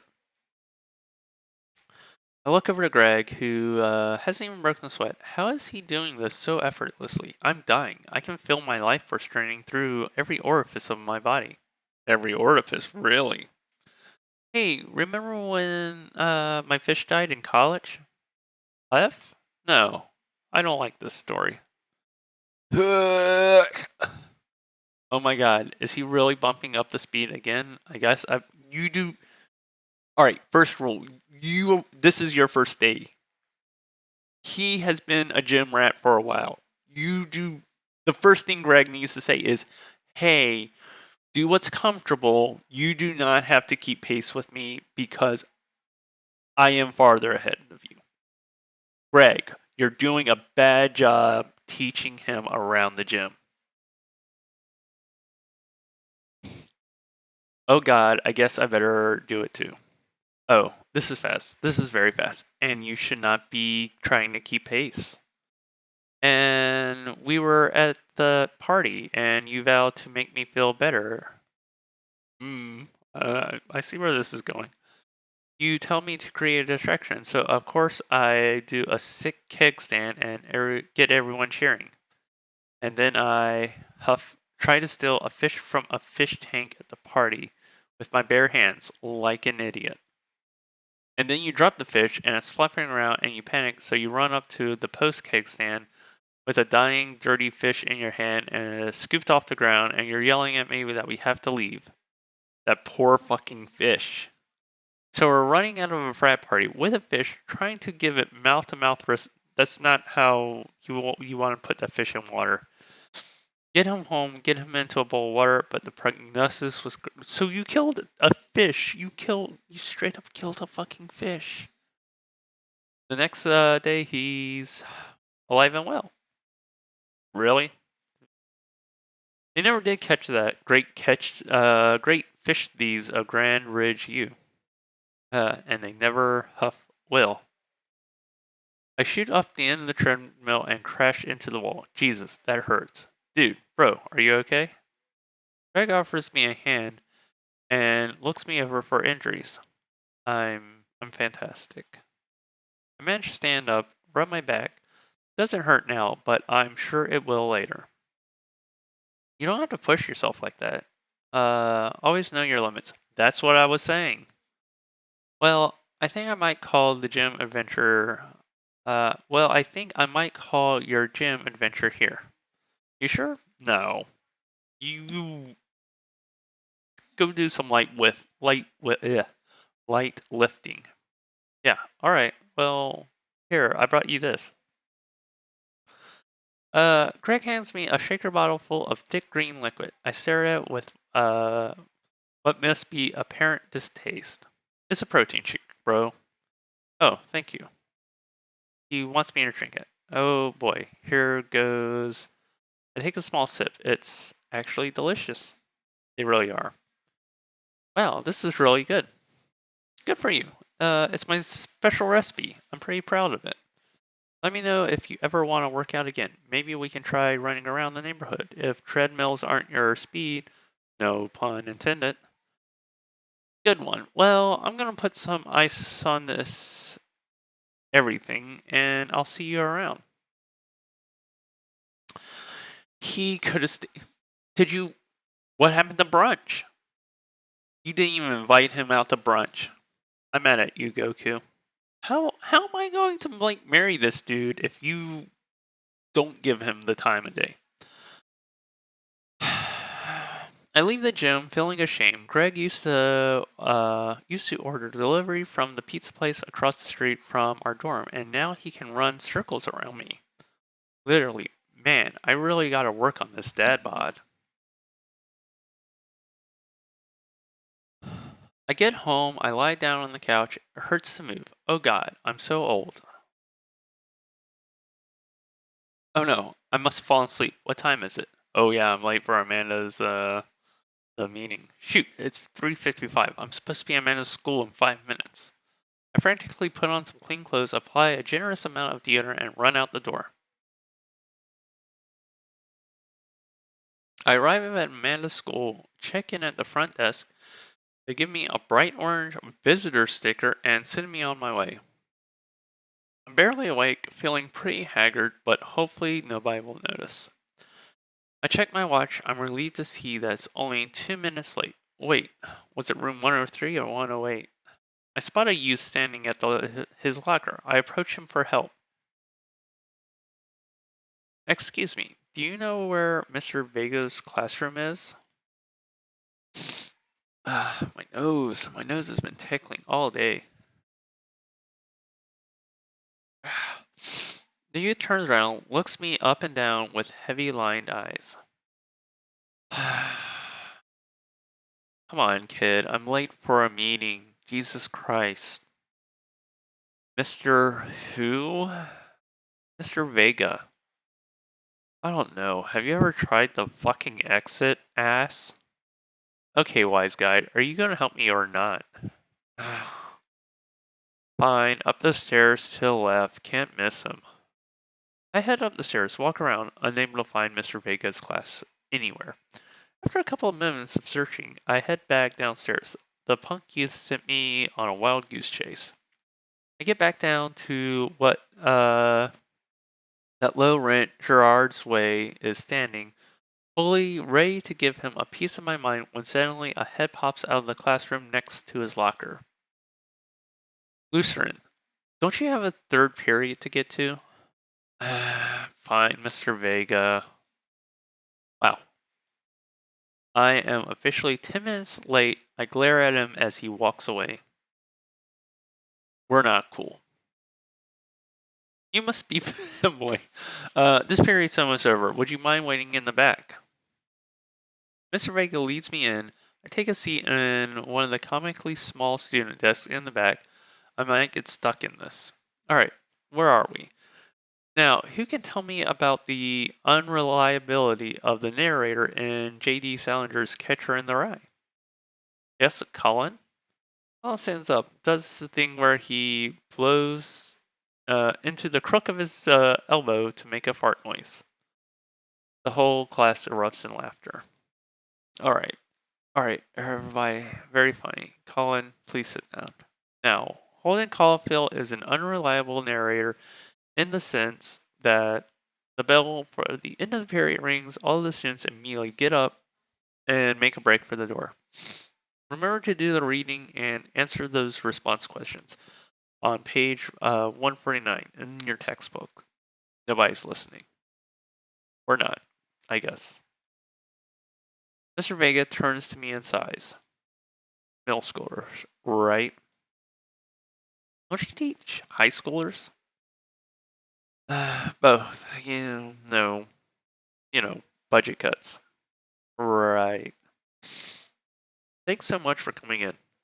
No problem, Mr. Vega. Please, call me Hugo. Hugo Vega. That's a great name, by the way. I don't normally do these impromptu parent-teacher meetings, but as I'm sure you know, Amanda's a very bright student, and I'm concerned about her recent behavior. What's going on? Amanda has never been the most engaged student, but I know she cares. Recently, she's been falling behind. She's not completing assignments and has been doing rather poorly on tests. I normally chalk this up to senioritis, but this is strange. I thought Amanda always shared everything with me. I hadn't even crossed my mind that something might be wrong. I wanted to ask, is everything okay at home? We just moved. She's fine. She has a tendency to bottle things up. Those are just excuses. It's really, she just tends to bottle things up. And I will not be pushing her to share with me. Because she's her own person. She lives her own life. She has her own things going on. I'm not pressing her. Let me try we just moved. Make an excuse for her.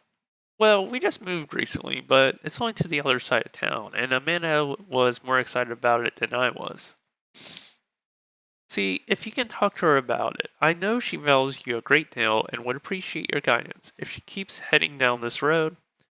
I know how important art school is to her, and I would hate to see her miss out on the scholarship money that she clearly deserves. I'll make sure to talk to Amanda. Thanks for letting me know, Hugo. Anytime. On my way out, I stop. Thinking for a moment, I turn to Hugo. Hey, Hugo. Yes? They ever catch that rye? Yes. We're not going for Hugo. I leave the classroom and make my way out of the school. I'm still a little bit in shock that Amanda was able to hide this so well from me. She's been such a force for positivity in my life, especially after we lost her father. Amanda must be done with classes for the day by now. I'm sure she would appreciate a ride home. Maybe I can talk to her about what's going on. I pull up to the carpool. Amanda hops in the passenger seat. So, did you have fun gossiping about me? Mr. Vega, I actually Mr. Vega and I actually just gossiped about our celebrity crushes. So you talked about Mario Batali the whole time? It was a very productive meeting. I'm pretty hungry. Can we grab some dinner? Sure thing. You make something at home. Let's go to the mall food court. I'm trying to think. What happens at the food court? I'm trying to remember. Do we meet Greg at the mall? And that's the only reason I'm thinking of heading towards the mall. Because Craig might be there. Let's go to the mall. Here, we'll save. We can come back. But this also might not matter. Let's go to the mall food court. But I'm also thinking this is where Amanda sees her friends there being total douchebags. Does that sound good to you? Yeah, sure. Why the mall? Geez, can't a dad take his daughter to the mall? Will you buy me things? I will buy you a thing, singular. Sounds like a deal to me. We drive in silence for a short while. Amanda plays a game on her phone. I should say something. You know, sometimes when a kid gets older, they find that they have to keep things hidden from their parents, and that's okay, because sometimes that's what kids do. And that's okay. But also, sometimes it's good to have parents' perspective, because, you know, maybe the parents have also dealt with similar situations. And maybe it's a little cooler than you give them credit for. Anyway, what I'm trying to say is, it's good to share. Love you. Have you been reading my tweets? You have Twitter? What? Never mind. Looks sweet. Mr. Vega said you hadn't been participating in class and that you're not turning things in. Oh, I'm fine, Pop. See your eyes. That's all. I thought you liked Mr. Vega's class. It's fine. He's fine.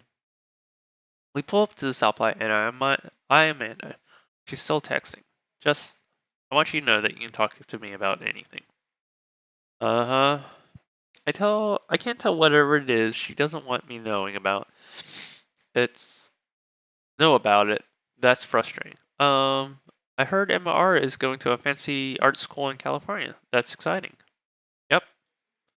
Are you bummed that you aren't going to the same? We should have gone home. We shouldn't have gone to the mall because now I'm going to piss her off at me. Are you bummed that you guys aren't going to the same school? Yep. Amanda keeps texting. She stifles a laugh. What's so funny? It's a. I don't think you'd get it. Okay. You texted. Oh my gosh. I would have stopped asking questions so long ago. Noah. Oh, well, I don't want to know about Noah. Who's Noah? My friend. Does he go to your school? Yep. Do you like Noah? What? No. Ew. Gross. Dad. Ugh. Can't believe you would. Dad. I mean, geez. Why would you? Ugh. Gross. Sorry. Just asking. Dad, he's just my friend. Guys and girls can be friends. He's my friend. Okay. Jeez. This is going well. Well, good talk. Love you, kiddo. She leans forward and turns up the radio. I guess that conversation is over. To the mall then.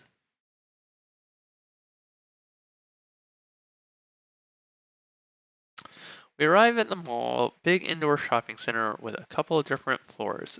It's kind of dead, but that doesn't stop the mall security guard from yelling at a group of loitering teens. Let's eat something disgusting for dinner. Hell yeah. Language, Missy. Heck yeah. Better. We approach the food court, evaluate our options. There's greasy restaurant after greasy restaurant. My heart burns just looking at the menus. Nobody looks happy here. What are you in the mood for? Bread dipped in sugar, bread with cheese on it, or do you just want to inject some fat directly into your bloodstream? I extend my hand to her. Would you do me the honor of sharing some nachos? She takes my hand with a grin. It would make me the happiest, cheesiest girl alive.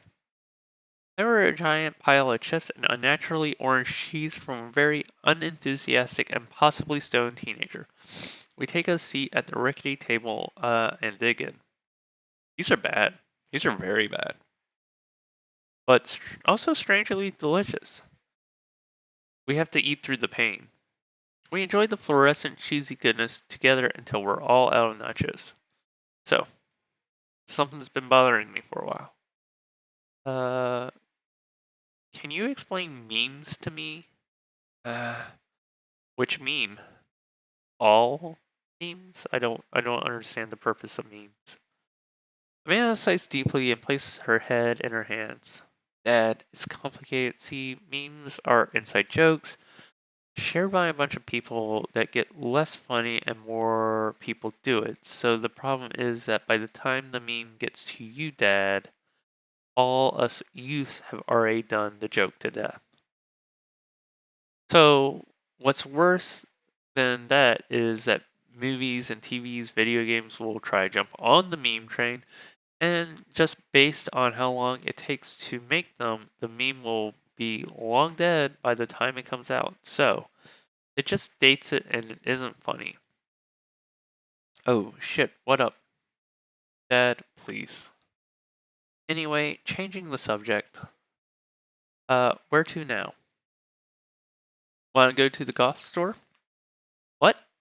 You know, the one that's in the back, that's all black, tries to establish itself as an anti-establishment despite being an exact representation of the establishment. I don't know what store you're talking about. Hot Topic. He's talking about Hot Topic. You know, the one where you can buy chain wallets, and it's basically an insult on what people fought so hard against in the punk scene and hardcore movements in the 70s and 80s. Dude, you gotta be more specific. The one you threw up in that one time. Oh, that one. She remembers that she threw up in there. Amanda runs into the store, me trailing behind her. She makes a beeline for the back. You know, where they keep the adult products. There it is. You can still see the outline kind of. Oh, her puke, I get it. I'm so proud. Speech. Amanda. Speech. Alright, I'll do it. You have to stop chanting. Amanda stops immediately. I clear my throat. Thank you all for joining us here today to commemorate in a historic moment that will forever shape history. On a day very much like today, some 5 years ago, our very own Amanda and Goku had too much blue raspberry slushy on an outing to the mall. After begging her father to take her to Dead, Goth, and Beyond to buy rainbow suspenders, she proceeded to throw up all over the display of My Chemical Romance merchandise. Her loving father then had to pay for said merchandise, which is to this day remains among our possessions. Thank you, Amanda. Amanda is moved. She begins clapping, slow at first, then faster and more vigorously. Several other patrons turn their heads. One of them also starts clapping. I bow my head. Oh, hey, chain wallets. Amanda busies herself looking at band t-shirts. I try to find something to interest myself. Not much for Dad to look at in Dead, Goth, and Beyond. Sue band t-shirts, look at ironic mugs, check the clearance bin for hot deals. I am a avid clearance bin person. I love the clearance bins. There's a big cardboard box marked down of markdown items. I'm pretty sure $4 for purple eyeliner is a good deal, I think. I wonder if I would look good with purple eyeliner. No. Hell yes, I would. Look, this is very important to me. I overhear a stifled argument over the cash register. An older gentleman is carrying a garment and showing it to a bored-looking cashier with pink hair. I can see that. Don't know what to tell you, dude. I just work here. Listen, I bought this online. The website said this blouse was Victorian inspired. However, when I received it, It clearly held a trademark of Edwardian dressage. Do you want a coupon? I can give you a coupon. Will you leave if I give you a coupon? Is there a manager present? People have to know what they're buying. I am the manager. Hold on. Let's take a quick break. I gotta blow my nose and run to the restroom, so I will be right back.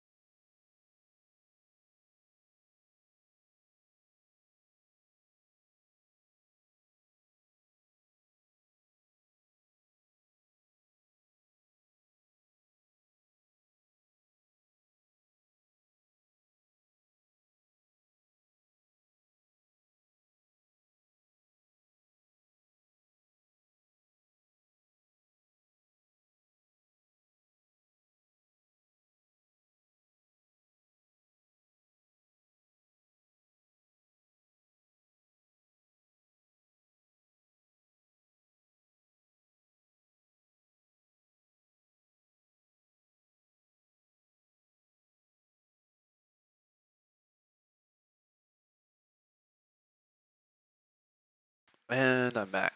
All right. Oh, 1 second.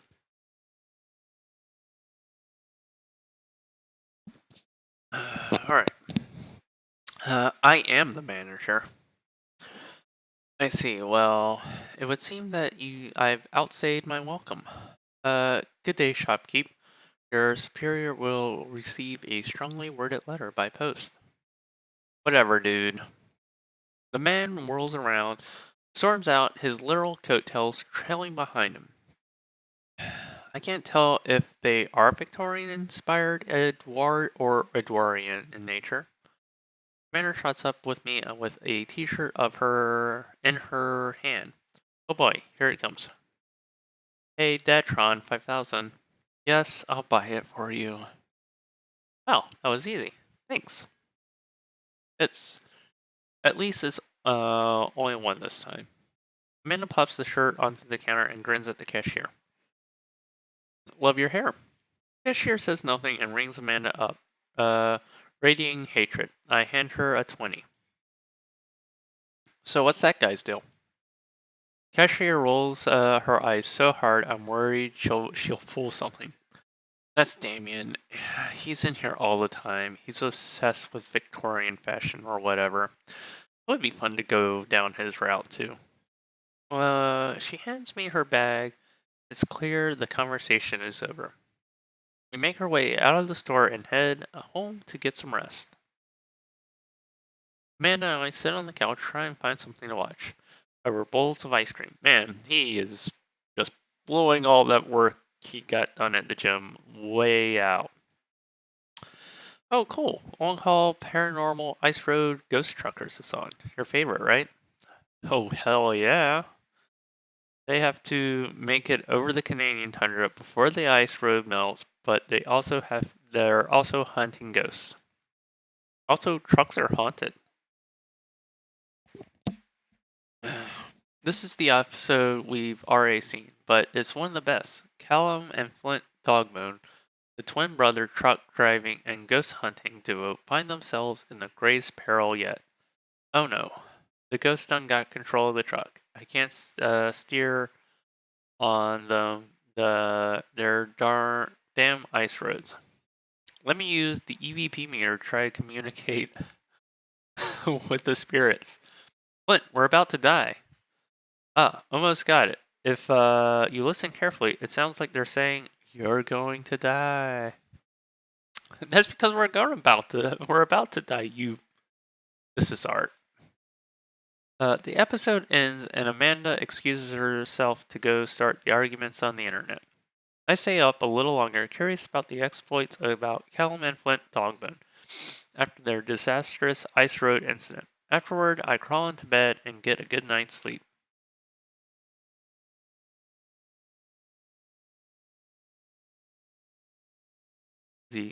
The morning sleepyhead.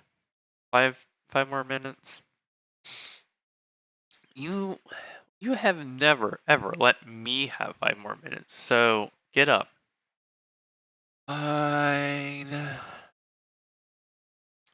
We have cereal for breakfast and spend the morning putting together furniture. Amanda is much better at interpreting the tiny manuals. We're able to put together a few shelves and one desk. I'm pretty sure it's supposed to be a bookcase. So, you excited for the cookout today? Excited to beef up my grilling skills. If there's food, I'm excited. What do I want to answer here? If there's food, I'm excited. I'm all over those terrible store-bought sugar cookies that everyone brings to parties. Yeah, they're fantastic. I love them. Yeah, those are bad, which means there are more for me. You want to meet some of the people in the neighborhood?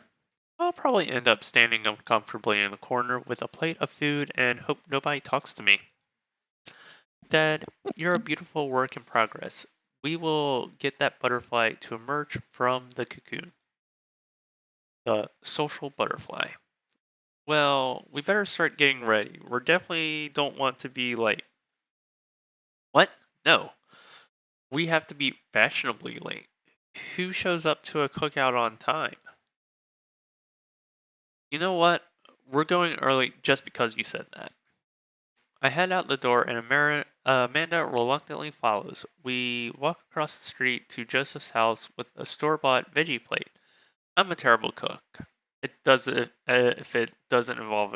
terrible cook if it doesn't involve a grill. I guess we're not as early as we thought we were. Joseph's backyard is already packed with people and the smell of hot dogs wafts through the air. Small children run through the sprinkler and adults chat in small clusters. I set our veggie plate down on the table next to 2 other veggie plates, huh? Hey, there's Joseph. I wave to get his attention. The moment he sees us, he jogs over, arms wide. Welcome. I'm so glad you 2 are here. And you brought veggies. Got the eggplant? Let me introduce you to my family. Kids, come over here. This is Chris, the eldest. Hi. This is Christian and Christy. They're twins. They they stare creepily and say nothing. This it's also the fucking color coordination of like their outfits. And then of course there's our youngest, Krish. Wait, where's Krish? Maybe Mary put him in his crib. Oh, and how could I forget my lovely wife Mary, who is not a lovely person. Oh god, I hate this woman so much.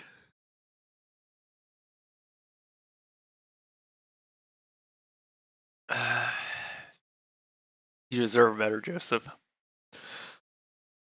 Joseph pecks her on pecks her on the cheek. She smiles. Mary, sweetheart, did you put Krish to bed? I'll have to go look for him. Go look for him. See, she's a terrible mom. But you'll have to. Just takes a moment and regains his composure. Mary, this is our new neighbor, Femboy, and his daughter Amanda. I'd shake your hand, but I have a glass of wine that I need to tend to. She is a horrible mother. I love her. No, you don't. Nice to meet you, Mary. Charmed. Well, I have to go over there now. Bye. My wife has a wonderful sense of humor, but please, you two enjoy the barbecue. All the guys are really excited to meet you. Here, let me introduce you around. What was that? Have you met Matt yet? Have I met Matt yet? Which one's Matt? Who? Hey Matt, come meet our neighbors. Oh, that's Matt. Yes, we have met. Completed his route. We got married. This is Femboy and Amanda. Amanda and I both give him a wave. Oh, hey, I'm Matt. Nice to meet you two. Matt runs the coffee shop down the street. He bakes a mean carrot cake. Matt grins sheepishly. He also knows everything about music. His record collection takes up a whole wall of his house. Yeah. That's me, the music guy. It's a bit of an understatement. He also used to be in a. I'm just the music guy. Always stoked to discuss music and tunes and stuff. That's so cool. I love music. Matt's ears seem to perk up. Oh yeah? What kind of stuff do you listen to? Dad rock, top tier stuff, almost exclusively songs about being sad. Let's almost exclusively songs about being sad. If it forces me to think about my own personal shortcomings or understand that feeling sad is as unique as it is universal, and that there is a certain comfort in knowing that, then I'm all over it. Dude, me too. That gives me a high five. Cool. Alright. That stands there for a second. So, right. Cool. Well, I'll be making the rounds. Feel free to stop by later. Is he as afraid of people as you are? He might be. This is Robert. He lives across the way. A haggard man nursing a glass of whiskey. Eyes. There needs to be like a comma or redo this sentence structure. A haggard man nursing a glass of whiskey eyes me up and down. Hey, I'm Femboy. Nice to meet you. He takes a long swig of his drink. Charmed. Femboy and his daughter just moved in next door. Cool. Have you if you ever need recommendations on where to get a drink in this town, Rob's your man. I told you not to call me Rob. Right, got it. Now Joseph and Rob, that's a power couple there. That is, they They are running the show on this entire block. Robert ambles away without saying goodbye. It's not really a he's not really a people person. Wow, I think I actually met everybody else. Great. I bet you're excited to get to know everyone better. Hope you both enjoy yourselves. Amanda and I mill around and try some of the food spread out on the table. I pick up some of the deviled eggs. Amanda grabs a small paper plate and immediately begins piling it with baked goods. I don't want to have to make friends. Come on, Dad. Here are you going to the party when I go off to I'll go off to school. But I don't want to have pleasantries. Dad? Ugh. You're gonna make me talk about the weather. Go, do it, make a friend. But how could I possibly abandon my only child at a social function? That's bad parenting. Display a cookie is my new dad. Bye. Amanda shoves me into the center of the yard. Well, here goes nothing. I look around in the party and surprised to see some familiar faces. Oh, it's the coffee guy, or is he the music guy? He's both. What a cool guy. And so mysterious. Didn't that guy throw a frisbee at my face? Isn't that the guy who was throwing a fit in Dead Goth and Beyond? It's Amanda's teacher. Hey, I know Greg. Let's go talk to Greg. But wait a second. All these people live in our cul-de-sac? That can't be right. I better investigate.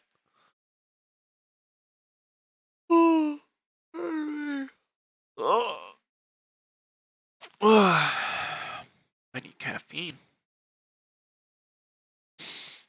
Talk to Robert and wait, which Greg? Greg is who I want to talk to. We want to hit up Greg. Matt and Hugo seem to be embroiled in an intense discussion. Greg looks on, smiling politely. I walk over to say hello. Well, I don't think it's fair to try to compare two art movements like that. Periods in art only exist because there's a unique product of the social and political climate of the time and place, and try not to take something like, say, Rococo period and compare it to postmodern in America. That's very true. You don't want to do that. You're completely disregarding the context in which the art of the work is created. Matt and Hugo seem to be busy talking that they don't notice me or Greg. Don't notice me. Greg leans in. Dude, I have no idea what's happening here. Talk to Greg. I turn my attention to Craig, who seems to be a little more attentive to my existence. How'd Resistance Train go the other day? Great. Little River here is the great cheerleader. Aren't ya, tiny bro? Greg grabs River's arms and waves them around. You can do it, Dad. I'm proud of you. I'm so sorry for pooping on you.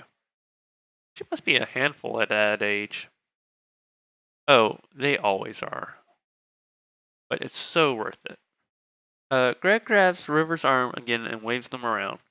I'm so sorry for throwing up on you, Dad. How you settling in? Almost done. The new place is perfect. I never get too comfortable. Almost done. There's still a few odds and ends to take care of before I can really call myself settled, but I think we can upgrade the situation to livable. We did livable throughout the entirety of college. Yeah, my goal was for Amanda to live the sort of life that I didn't involve eating spoonfuls of ranch dressing as a palate cleanser between different types of pizza. She still does that, though. Hey, she takes after her dad. And boy, how are you liking the neighborhood? It's pretty nice. Everybody's been super friendly. Seems like your daughter is fitting in just fine. Matt points across the yard where Amanda, Daisy, and the other girls are playing. They all are sitting cross-legged in the grass, picking weeds and weaving them into little flower crowns. It's pretty adorable. The girl I don't recognize jogs over to us. What is it, sweetheart? It's a flower crown. I thought you looked cute in it. Well, there's only one way to find out. Matt takes the flower crown and places it on top of his head. He's very cute. Am I cool now? The girl stares at him, thinking it over. No, but you're slightly less uncool than you were before you put it on. Hey, Orange. Hey. Hey, Femboy. This is my daughter. Hello. Oh, yeah, this is our dad for this run. Hello. I'm Carmenisa. Yes, it is Goku. It is Femboy Goku. Amanda comes over with Daisy in tow. Dad, look, I'm making friends. Are you making friends? You better be making friends. Yeah, actually, Amanda, you remember the cool barista from the... No, because we never went to the coffee shop. You remember the cool barista from the coffee shop and our, and my old college friend, and, your teacher? Oh, Mr. Vega. I didn't realize we were neighbors. Yep. You still gonna get that overdue term paper to me? Great seeing you here. Mina finger guns her way out of the conversation like a champ. She learned the finger guns move from me. I'm very proud. She's definitely a charmer. Speaking of which, where did my son go? Hugo looks around the party. He finally spots him because, his eyes go wide. Ernest Hemingway Vega. Are you smoking? Ernest is holding a lit cigarette. Nope. I see Ernest across the way as he casually takes a long drag off his cigarette and then flips it into the gutter. Unbelievable. Excuse me. Hugo marches over to Ernest and I turn my attention to Matt and Greg. Kids, right? Man, I don't know. I do not envy Hugo. The last barbecue we had, Ernest tried to shove a sprinkler down Joseph's pants. Nearly burned down half the yard. But I bet that was fucking fun.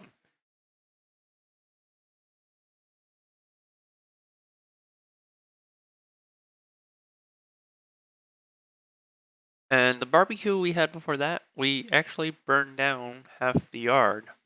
And then it spread into my lawn and burned down half my yard too. Hugo walks back. I don't remember. Was Ernest in the first playthrough? I don't remember Ernest for some reason. Hugo walks back over to us, practically dragging Ernest behind him. Hey everybody, sorry about that. Femboy, this is my son Ernest. Hello. Ernest looks way away, sulking, his hands shoved deep in his pockets. So, we're gonna go for Greg. I decided, I think early on, like, we want to go for Greg. We were such complete and total dicks the first time playing this game to Greg that I kind of feel bad and I want to make it up to Greg. So we're gonna go for Greg. Ernest looks away, sulking, his hands shoved deep in his pockets. Kind of agree. I mean, to be fair, all these dads are drawn in a very attractive fashion. They are all good-looking dudes. Ida nudges me impatiently. I think the only one that's like my least favorite is which one's the goth guy? Like he's like my least favorite. That's because you're pickier than I am, I guess. Oh, you don't like facial hair? Facial hair is awesome. Oh, it feels fantastic. Nice, like you get that like scruffy feel right here on the neck. It's to die for. You don't like it? You just haven't found the right beard. Hey, nice to meet you, Ernest. What grade are you in? Does it matter? Ernest. Okay, okay, I'm in 8th grade. God, are you happy now? I'm sure you were just dying to fucking know. Oh, hickeys.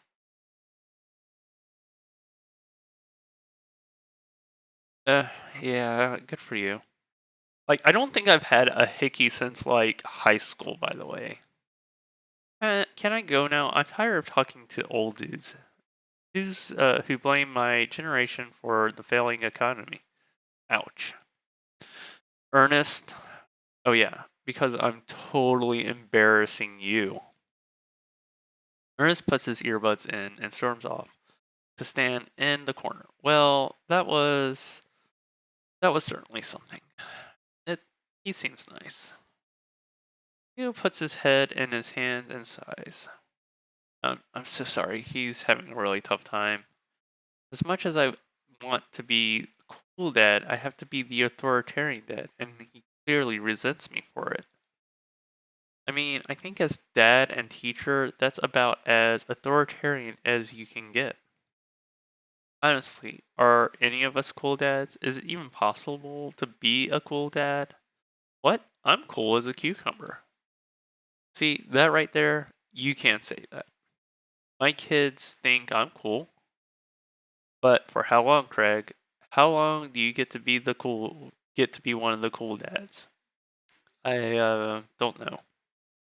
I think we must have to accept the fact that dads, we've become the machine we once raged against and accepted our fate to unironically wear socks with sandals. Your kids may think you're cool now, but the moment they hit puberty, you're fucking doomed. You just have to know where the cucumber is. Amanda's 18. She still thinks I'm cool. She doesn't. I yell across the yard to my daughter, Amanda, I'm cool, right? Amanda just laughs. She keeps laughing. It's something I would do. That's something I would totally do.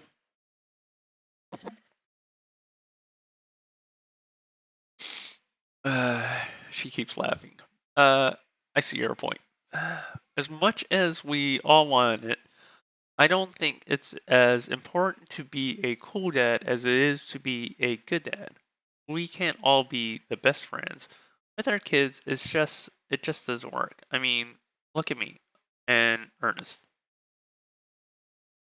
Our jobs as parents is to make sure our kids turn out okay. Yeah, you're right, but it'd be nice to have it both ways. Hearing these guys talk about this makes me think of my relationship with Amanda. We get along so well, but there might come a time when we won't be like that. Is college when that happens? Is it college when that happens? Is college when that happens? Don't let us eat up your time, Femboy. Go meet some of the other people around the neighborhood. Robert and Brian, or Joseph and Damien? Yeah, Damien's the Damien is like the one that I'm least like into. Um, Robert and Brian, and Robert seems like a mess. I want nothing to do with Robert. I mean, he's good looking. He just seems like more mess than I want to deal with. I glance across the yard and notice Robert and Brian chatting over drinks. Man, I don't think I want to deal with being one up by Brian right now, but I guess I could live with learning more about Robert. Oh no, they caught me staring. Oh no, Brian's waving me over. Shoot. I flash a smile and walk over to them.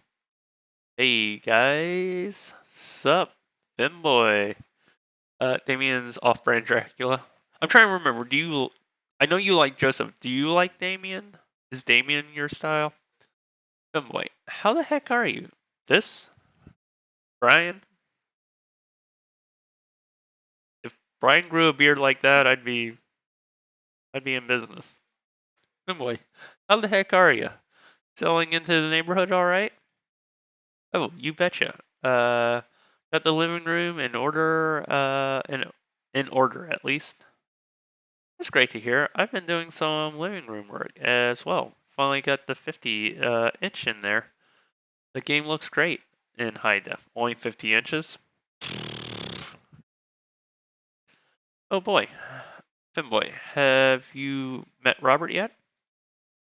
Yeah, we met. Alright, I'm back. Yeah, we met. Robert, we did not meet. I didn't go to the bar. So there definitely are like, this assumes you went to the bar and it assumes you went to the coffee shop. Neither of which I've done, which is interesting. I feel like that's like just a continuity error they missed or something. Because it's totally possible not to go to those places and meet these people beforehand. Robert regards me over his whiskey. Good seeing you again. We've never met. This is the first time meeting. Nice to meet you. We were just talking about the most recent camping trip. Spent a night out in the woods with Daisy and Maxwell. She's definitely an outdoorsy one. Even caught her first fish. It's good to see you taking your daughter out like that. I bet she loved it. And it's great that she loves the outdoors. Mine loves being inside. You don't like Damien? Okay. Ryan raises his eyebrows at me. Being inside making art. She won a local competition for that art. Yeah. Yep. Definitely won a competition. Did I put it on too strongly? Robert stares at me blankly for a second. Anyway. I haven't gone camping in years. Not since the last time. Same here. Well, things change once you have kids. Wait. What happened what happened the last time? Robert takes a long sip of whiskey. Well, old Johnny Boy and me were out in the backcountry. Johnny Boy is a strong kid. Me and him, the army days. From Kansas, they would build him tougher out there. Anyway, things go south pretty quick. John Boy breaks his ankle when the rope bridge snaps. You could see his bone popping out through the skin. John Boy screaming now, crying for his mama, losing blood for 2 days out, and the next living soul, and here I am with my dear friend bleeding out in front of me. So of course I had to suck his dick. That's the only way you fix broken bone. They don't tell you that, but you learn it in the army. How do you mend a broken bone? Sucking dick. I'm able to address the wound, but I got a firearm. Carry a 6 foot 100. You are. You're the strongest Kansan I know.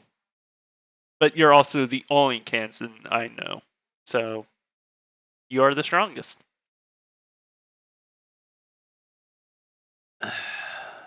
I'm able to dress the wound, but now I gotta carry a 6 foot, 180 pound man over some of the toughest terrain I've ever been in. I won't lie to you.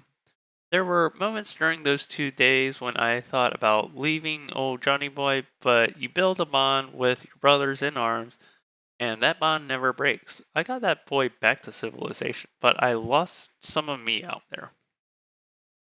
Is that P. Miller? No, that's P. Millie. Oh, that is P. Miller. Do I still have my P. Miller emotes? I have P. Miller emotes. I do.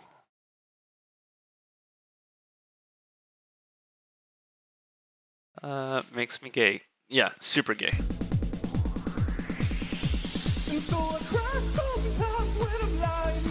Hey, Slump Bear, how's your day going? I beat Portal Reloaded super fast at the start of the day. I was very close to finishing it last stream. My brain was just fried by the end of last stream. Doing good? Awesome. Lost a bit of me out there. The ending was underwhelming, a little bit. I guess that's camping for you. Oh, and I was doing that. That last room was way easier than I was making it orange. I was doing that room in the worst way possible when there was like one simple, easy to do solution. I guess that's camping for you. And honestly, I don't know if it was an oversight by the creators or what. I don't know how the way I did it got missed in playtesting. But there was you didn't have to do, you just had to do the last part. You didn't even have to do the first 3 parts. You just have to do that last part of that puzzle. I guess that's camping for you. Brian and I stare in disbelief. Robert takes another long sip of whiskey. I'm just kidding, my friend. John and I went inner tubing down a river. He lost a flip-flop. Miss that kid. Brian and I laughed nervously.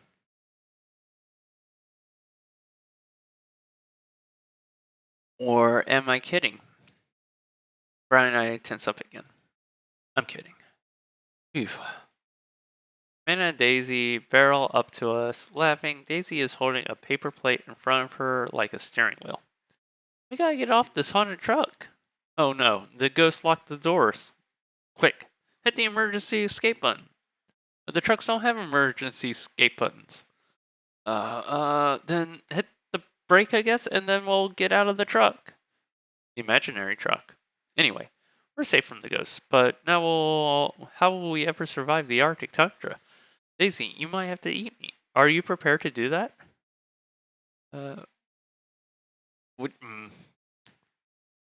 Why you gotta make me choose? Probably Brian. I'm enjoying Brian here. I'm prepared to do anything to survive. That's cold-blooded. I like that. Although I'm not sure I have the materials required to properly cook you. You know, that reminds me of the last time I went skiing. Robert. Wait a second. Are you guys playing Long Haul Ice Road Paranormal Ghost Truckers?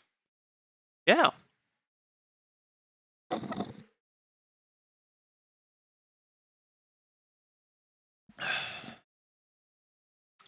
Amanda, I love that show.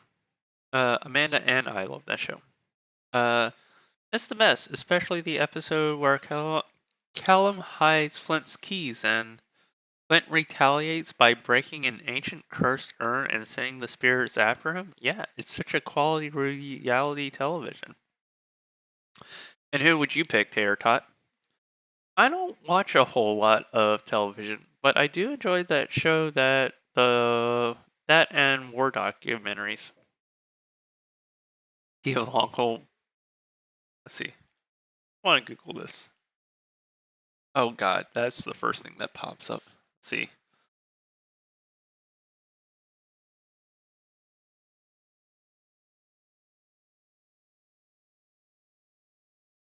Ice Road Truckers. T-shirt.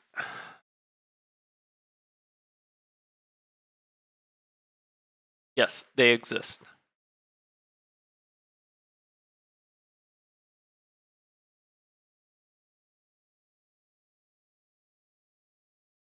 Oh, but it's an eBay buy. No, it's sold.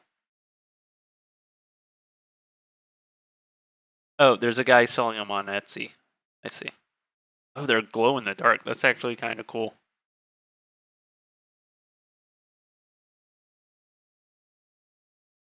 Oh, let's see.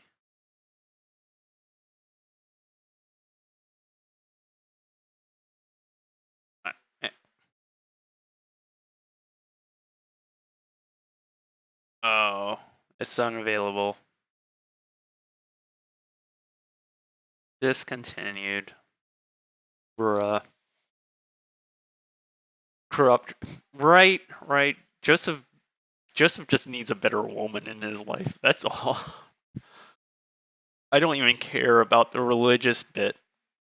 He just needs, like, that is like the example of staying together for the sake of the kids or whatever when it's just bad for everyone involved. Yeah, coffee shop guy is also pretty great. I don't watch a lot of television, war documentaries, yeah. Alright, Daisy, I found us a couple of bugs. They're gonna make a great meal. Lots of protein. Gotta keep us from starving out in this harsh, icy wasteland. But there's a whole table of food right over there. Daisy, it's a game we're playing. Pretend. That's what kids do. Live a little. Amanda gives Daisy a handful of gummy worms from the snack table. They eat them with mock disgust. Let's go find kindling for a fire. Okay. But not an actual fire. Because we're playing pretend. Now you're getting it. Daisy and Amanda run off. What a cute couple of kids. Man, I've never seen her getting along with anyone so quickly.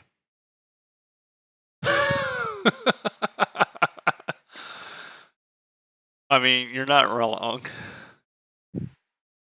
I don't know, I thought he'd be a top. I don't see him as a bottom.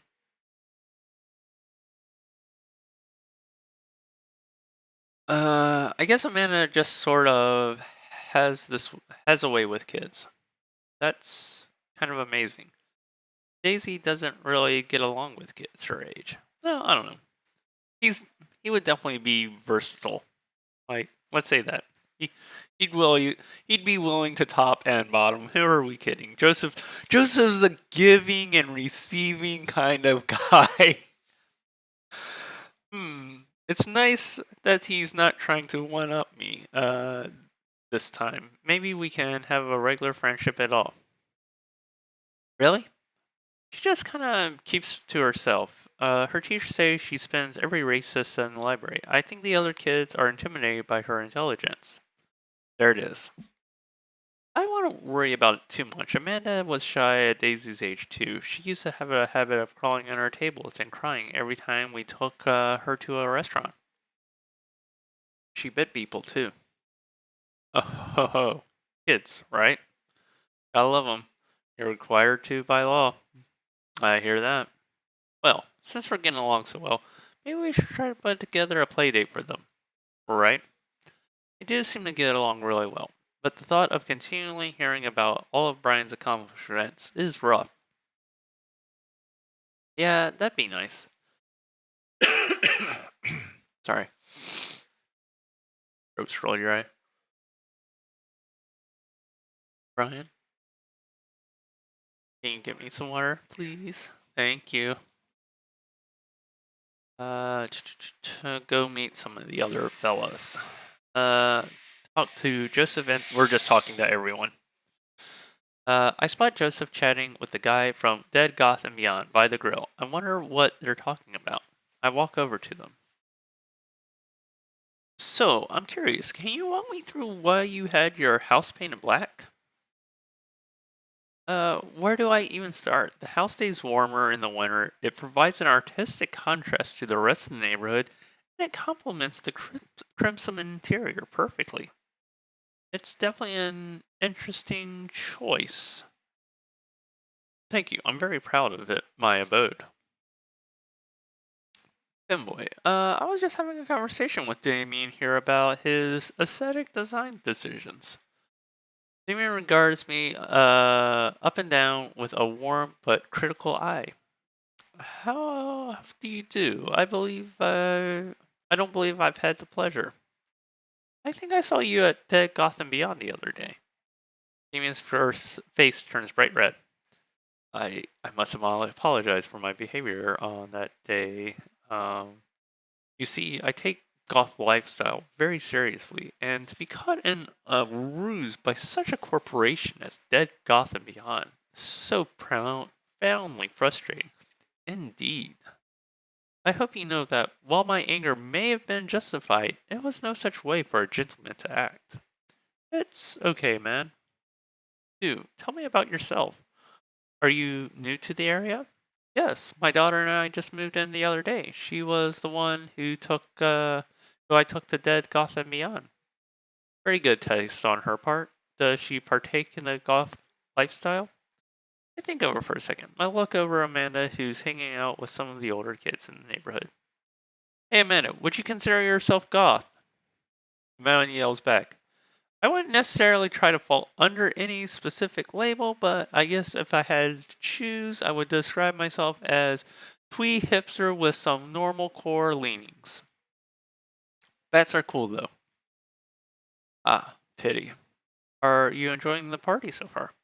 Oh, definitely. Thank you so much for putting this on. It's nice to be in a cul-de-sac where everyone's so friendly and welcoming. Amanda walks up to the conversation. I also like Lost Boys a lot. Really good movie. Does that count as goth? That would be, my dear. I don't believe we've had the pleasure of meeting. Damien Bloodmarch, at your service. Damien finishes the sentence with a flourish and a bow, producing a single rose, offering it to Amanda. Amanda blushes and returns the gesture with a curtsy. My, you do know how to treat a lady. Hello, Amanda. Seemingly out of nowhere, just as twin kids appear. They are speaking in unison. Hey, won't you come play with us? Um, come play with us. Come play with us forever. Guys, enough with the creepy twin shtick. We've talked about this. Christian and Christy slowly back away. Where do you think they got that from? Fucking Mary. Mary gets me every time. She is a bad person. Mary pops into the conversation, wine in hand. I don't know. It's creepy children. Mary takes a long sip of wine. I'm surprised she's just not holding the bottle at this point.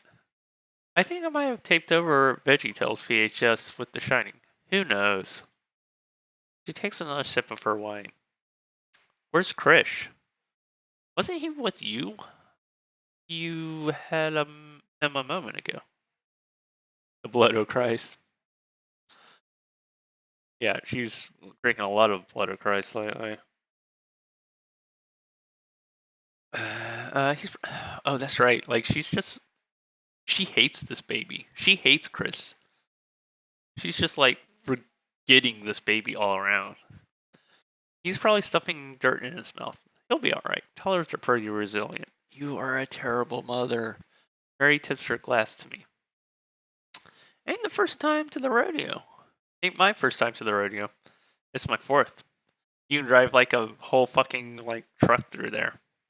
I have squeezed out 4 little sweetheart. Would you do me a favor and please find Krish? That would be great.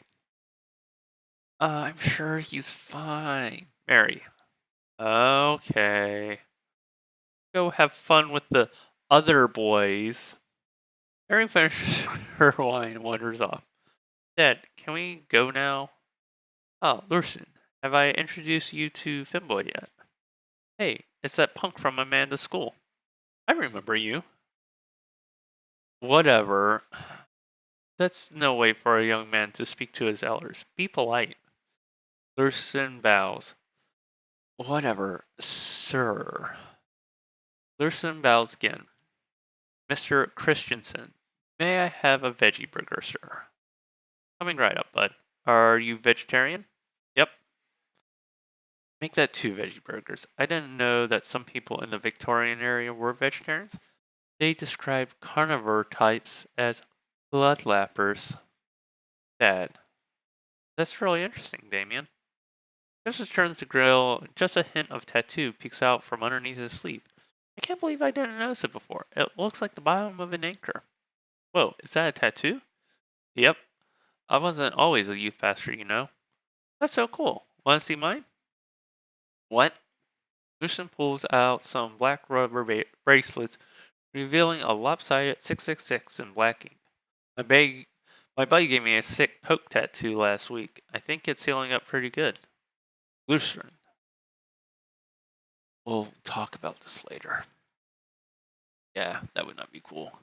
That's pretty cool. What's the significance of the tattoo? I don't know. I just thought it looked sick and fucking rad. Well, in my opinion, the only reason you need to get a tattoo is because you want one. Careful though, that number carries some weight. Man, just this way cooler youth pastor than I thought. I just figured youth pastors popped out of the womb with a Bible. I wonder what he did before preaching. Yeah, he was a Navy man, I think.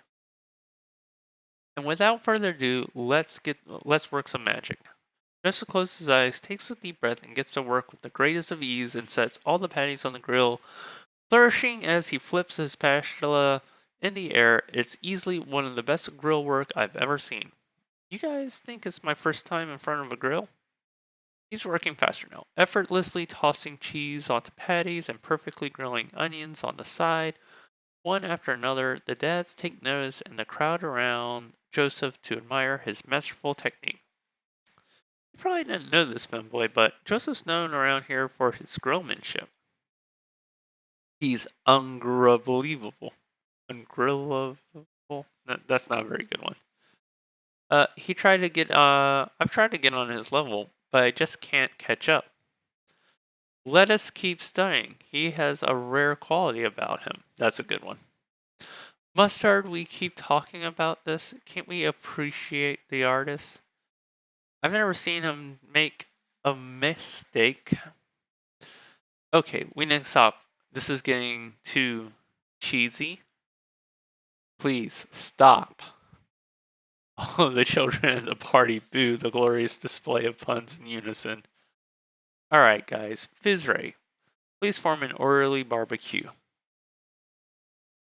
Amanda groans. We all grab our food, hang out, enjoying perfectly cooked cheeseburgers. Man, it's so wild how all of us dads live in the same cul-de-sac. Right, we should all just get together in someone's house, no kids, just a bunch of dudes, maybe take our shirts off and oil up and, just a bunch of dudes hanging out. Kind of nice, isn't it? It feels like there's a real community here. Totally helps when you're a single dad trying to raise a kid. We're so happy to have you here, man. I think you're gonna like this neighborhood a lot. Plus, Amanda seems to be getting along with all the other kids. If she decides to get into babysitting game, she'll really make a killing. Hey, why don't you add us all on Dadbook? Dadbook? Oh yeah, it's a great social network for dads to keep in touch with each other. We're all on it, so if you ever need to reach out to anyone, that's the simplest way to do it. Sorry, I'm just old-fashioned, Dad. Social media goes over my head sometimes. Don't worry, Pops. I'll help you figure it out. The rest of the barbecue goes smoothly. We all trade stories and drink beer as our kids play on the lawn. Amanda breaks up a fight between Carmenista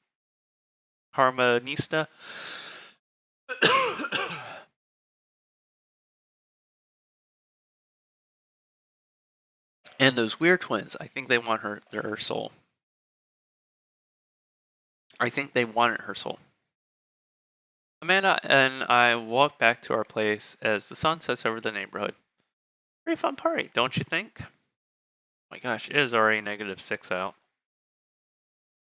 Yeah, I got a burger in me. I felt like I was networking at a networking event. I wish I could have been playing Paranormal Ice Road Trekkers. I felt like I was at a networking event. I'm gonna get LinkedIn notifications out of this, I just know it. I don't think it's nice that people want. You don't think it's nice that people want to connect with you? No, I do think it's nice. That's why I was saying I felt like a networking thing. Not when their affection jams up my inbox, metaphorically speaking. Well, hey, at least you met some other cool dads. You should hit them back up on Dadbook. Maybe I will, if I ever figure out how social media works. I have a good feeling about this place. Me too, Dad. Amanda and I arrive home with the remnants of our veggie plate. Seems like nobody was really into the cauliflower. No one is. You gotta cook that shit. Big plans for this evening? Yeah, actually, I'm gonna go out with some friends. Oh, is that okay? Of course. Just keep me posted and be home before midnight. You got it. And be careful. I will. And make good choices. Of course. And call me if you need anything. Dad, you're not going to do the thing where you wait silently for me to come home and in the living room with all the lights off, are you? What? No, I've never done that, and I will never do that. Okay, you have plans for tonight? My plans are to kind of eat ice cream and watch TV with Amanda, but I'll find something to do. I'm gonna work on some stuff, see how long I can sleep for, throw a party. A real rager. All the dads in the neighborhood are invited. I'll see if you can get the spot on the list, but honestly, it's looking tight. You might just have to wait in line. I know the guy at the door. I'll get in no problem. I'm just relaxing tonight. Have fun, okay? Great. See you later. Be home on time. She's gonna come home late. I watch Amanda drive off into the night. I really do hope she has fun. I plop down in front of the TV, turn on some wine, dine, and mastermind with celebrity chef Gavin Chapman. Looks like Gavin's making roasted rack lamb of rosemary mashed potatoes. I'd love to be able to cook like that, although I think if I was just actually good at cooking, I'd use my powers for evil, like just making baked Alaskas all day instead of food of real national substance. Man, Gavin Chapman just caught the thing on fire, but he meant to do that. What a professional. I lost track of time as I blazed through several episodes of Wine and Dine Mastermind, and also one episode of some cooking show called Meat Hell. I'm not even sure what that one was about. It was just a lot of yelling.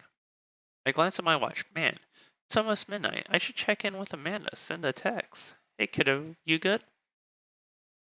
I wander in the kitchen as I wait for a reply. Amanda's phone is almost always in her hand, so I'm sure she'll respond soon, unless she's driving home now, in which case I hope she doesn't respond soon because I definitely taught her better than to text her and drive.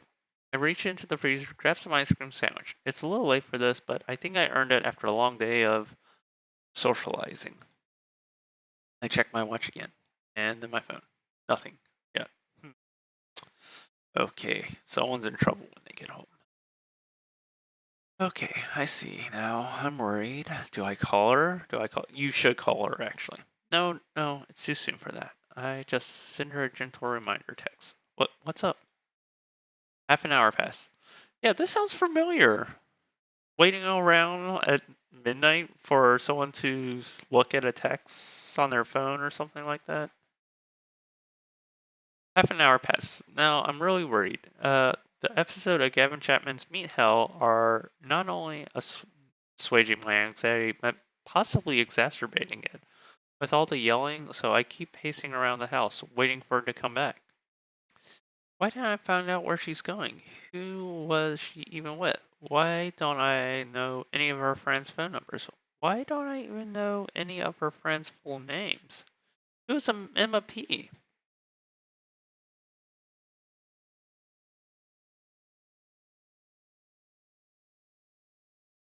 I decide to send her another text. Amanda, please text me and let me know you're okay. I can't help but think of all the awful things that could have happened to her. Oh, thank God, it's her. Amanda opens the door and shuffles in. Finally she's back home. I'm glad she's okay. So, sweetie, thank God you're safe. Yep. But now that I know you're okay, I'm really mad. Why didn't you answer my text? Anna pulls her phone out of her pocket. Oh, oops. I guess I didn't see those. She starts to walk to her room. Amanda Ann. Whoa, pulling out the middle name now. Amanda, you came home an hour and a half after your curfew and you didn't respond to any of your texts. You really freaked me out. I was about to call the cops. Dad, you're seriously overreacting. You're not gonna be like this when I go off to school, are you? No. I have a right to be concerned. I don't like your attitude. I was scared. You weren't responding, and it was like when your dad. Oh man. Holy shit, that's rough. I have to stop myself from tearing up. Oh, Dad, I didn't mean to. I sit down on the couch and put my hand in my head, so I feel very tired all of a sudden. Holy shit, that hits hard, huh? You really scared me. Just, please, don't do that again. Oh, alright. I'm going to bed now. See, that's the way to do it, because she knows how important it was. I know. Right? Fucking hell. Amanda closes the door to her room. I head to mine. Jeez. As I'm falling asleep, one thing she said keeps echoing in my mind. You're not gonna be like this when I go off to school, are you? No, because she's an adult at that point and she can do whatever the fuck she wants. I'll worry about her, but she will be her own person. I definitely didn't sleep well last night. I brewed some strong coffee and make some scrambled eggs for Amanda as a peace offering. She eventually wanders into the kitchen. Hey, I thought about what you said last night. I should have texted you. I said I was going to do it and I didn't, and I honestly just didn't even think about it. I'm really sorry, Pops. I won't do it again. Well, I trust you to make good choices. I'm sorry for freaking you out. Good. I also thought about it, and I'll try to give you your space from here on out. I gotta trust that you can take care of yourself. Team Goku? Team Goku. Mena gives me a hug. Want some eggs? You know it. Sprinkle some cheese on them. Did it already. Bless you. Man scarfs down some eggs in time. It takes me to wash the pan. Alright, I'm off to school. Smell you later. Wait, one more thing before you go. What? What's Dadbook? It's a social media platform. What? What? What's a social media platform? Dad, I have to go to school. Come on, man. I'm an old man. I can't put together a Dadbook profile on my own. It's Grinder. It's really Grinder is what he's putting up. He's setting his Grinder profile together. Alright. I'll help you sound interesting on the internet. Amanda spends the next couple of minutes setting up the profile on Grinder, which, as it turns out, is a place where dads can get together and talk about fatherhood. Alright, Pops. We gotta fill out your profile. Let's get some likes and dislikes. On a Friday night, are you most likely to polish and sort my coin collection, Netflix and grill, baby, fall asleep watching the History Channel, torment my children with dad puns, sink into blissful oblivion, sleep, torment my children with dad puns. If I had one thing to take with you into the desert island, what would it be? My trusty grill, lost shaker of salt, Castaway on DVD for instructional purposes, a boat, obviously. I don't need anything. My survival skills have trained me for this day. My survival skills have trained me for this day. Trying to think of which ones are Greg, but I feel like Greg's like easy and it doesn't matter which ones I pick. Maybe, let's say Castaway. What are my turn-ons? Strong dad arms, yeah. Tennis shoes and long white socks. Now, well manicured lawn, street smarts, top tier grillmanship, comfortable with crying. We're going with those strong dad arms. What do you want to be when you grew up? Technical writer of manuals and instructions, salty boat captain, pro skater who is also an astronaut, a good father, president of space. Let's say pro skater who's also an astronaut, because why not? What's my favorite movie genre? More documentaries, Sean Connery's entire filmography, which is true. Anything on Laserdisc, romantic comedies, whatever will make me cry, old comedies that haven't aged well. Why can't just old comedies? Old comedies that haven't aged well. What's your ideal date? Napping together, doing a 1,000-piece puzzle together, eating healthy dinner at 4 p.m., trying to geocache but getting hopelessly lost, arson, being emotionally vulnerable. Actually, trying to geocache would be fun. If you've never done geocaching, it is actually a lot of fun. What do you never leave home without? A sensible cardigan, my sick vape pen, a book of word jumbles and a pen, a cool knife, my crippling low self-esteem. I will frequently forget my wallet, keys, and wallet at home. No, because it's keys, cell phone, wallet. What do I want? Let's say a sensible cardigan. I spend a lot of time thinking about conspiracy theory, how proud I am of my child, potential ends of the world. If I'll ever be able to love myself as much as I love my grill, When I can get my next cup of coffee, lawnmower modifications. I don't know the right answer here. Let's say conspiracy theories. Profile complete. See, that wasn't so bad. Yeah, it was actually kind of fun. I could totally spend all day on here, just looking at people's profiles. You should message one of them, or more than one of them. All of the dads seem pretty interesting. Okay, I promise. I'll make some friends. Brandon gives me a hug. Go get him, Dad.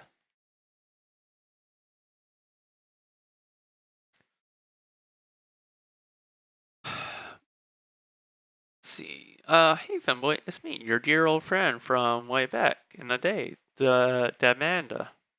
I'm delighted to see you signed up for Grinder. They've recently added this new exciting new messenger service so you can find yourself receiving messages from other dads like myself.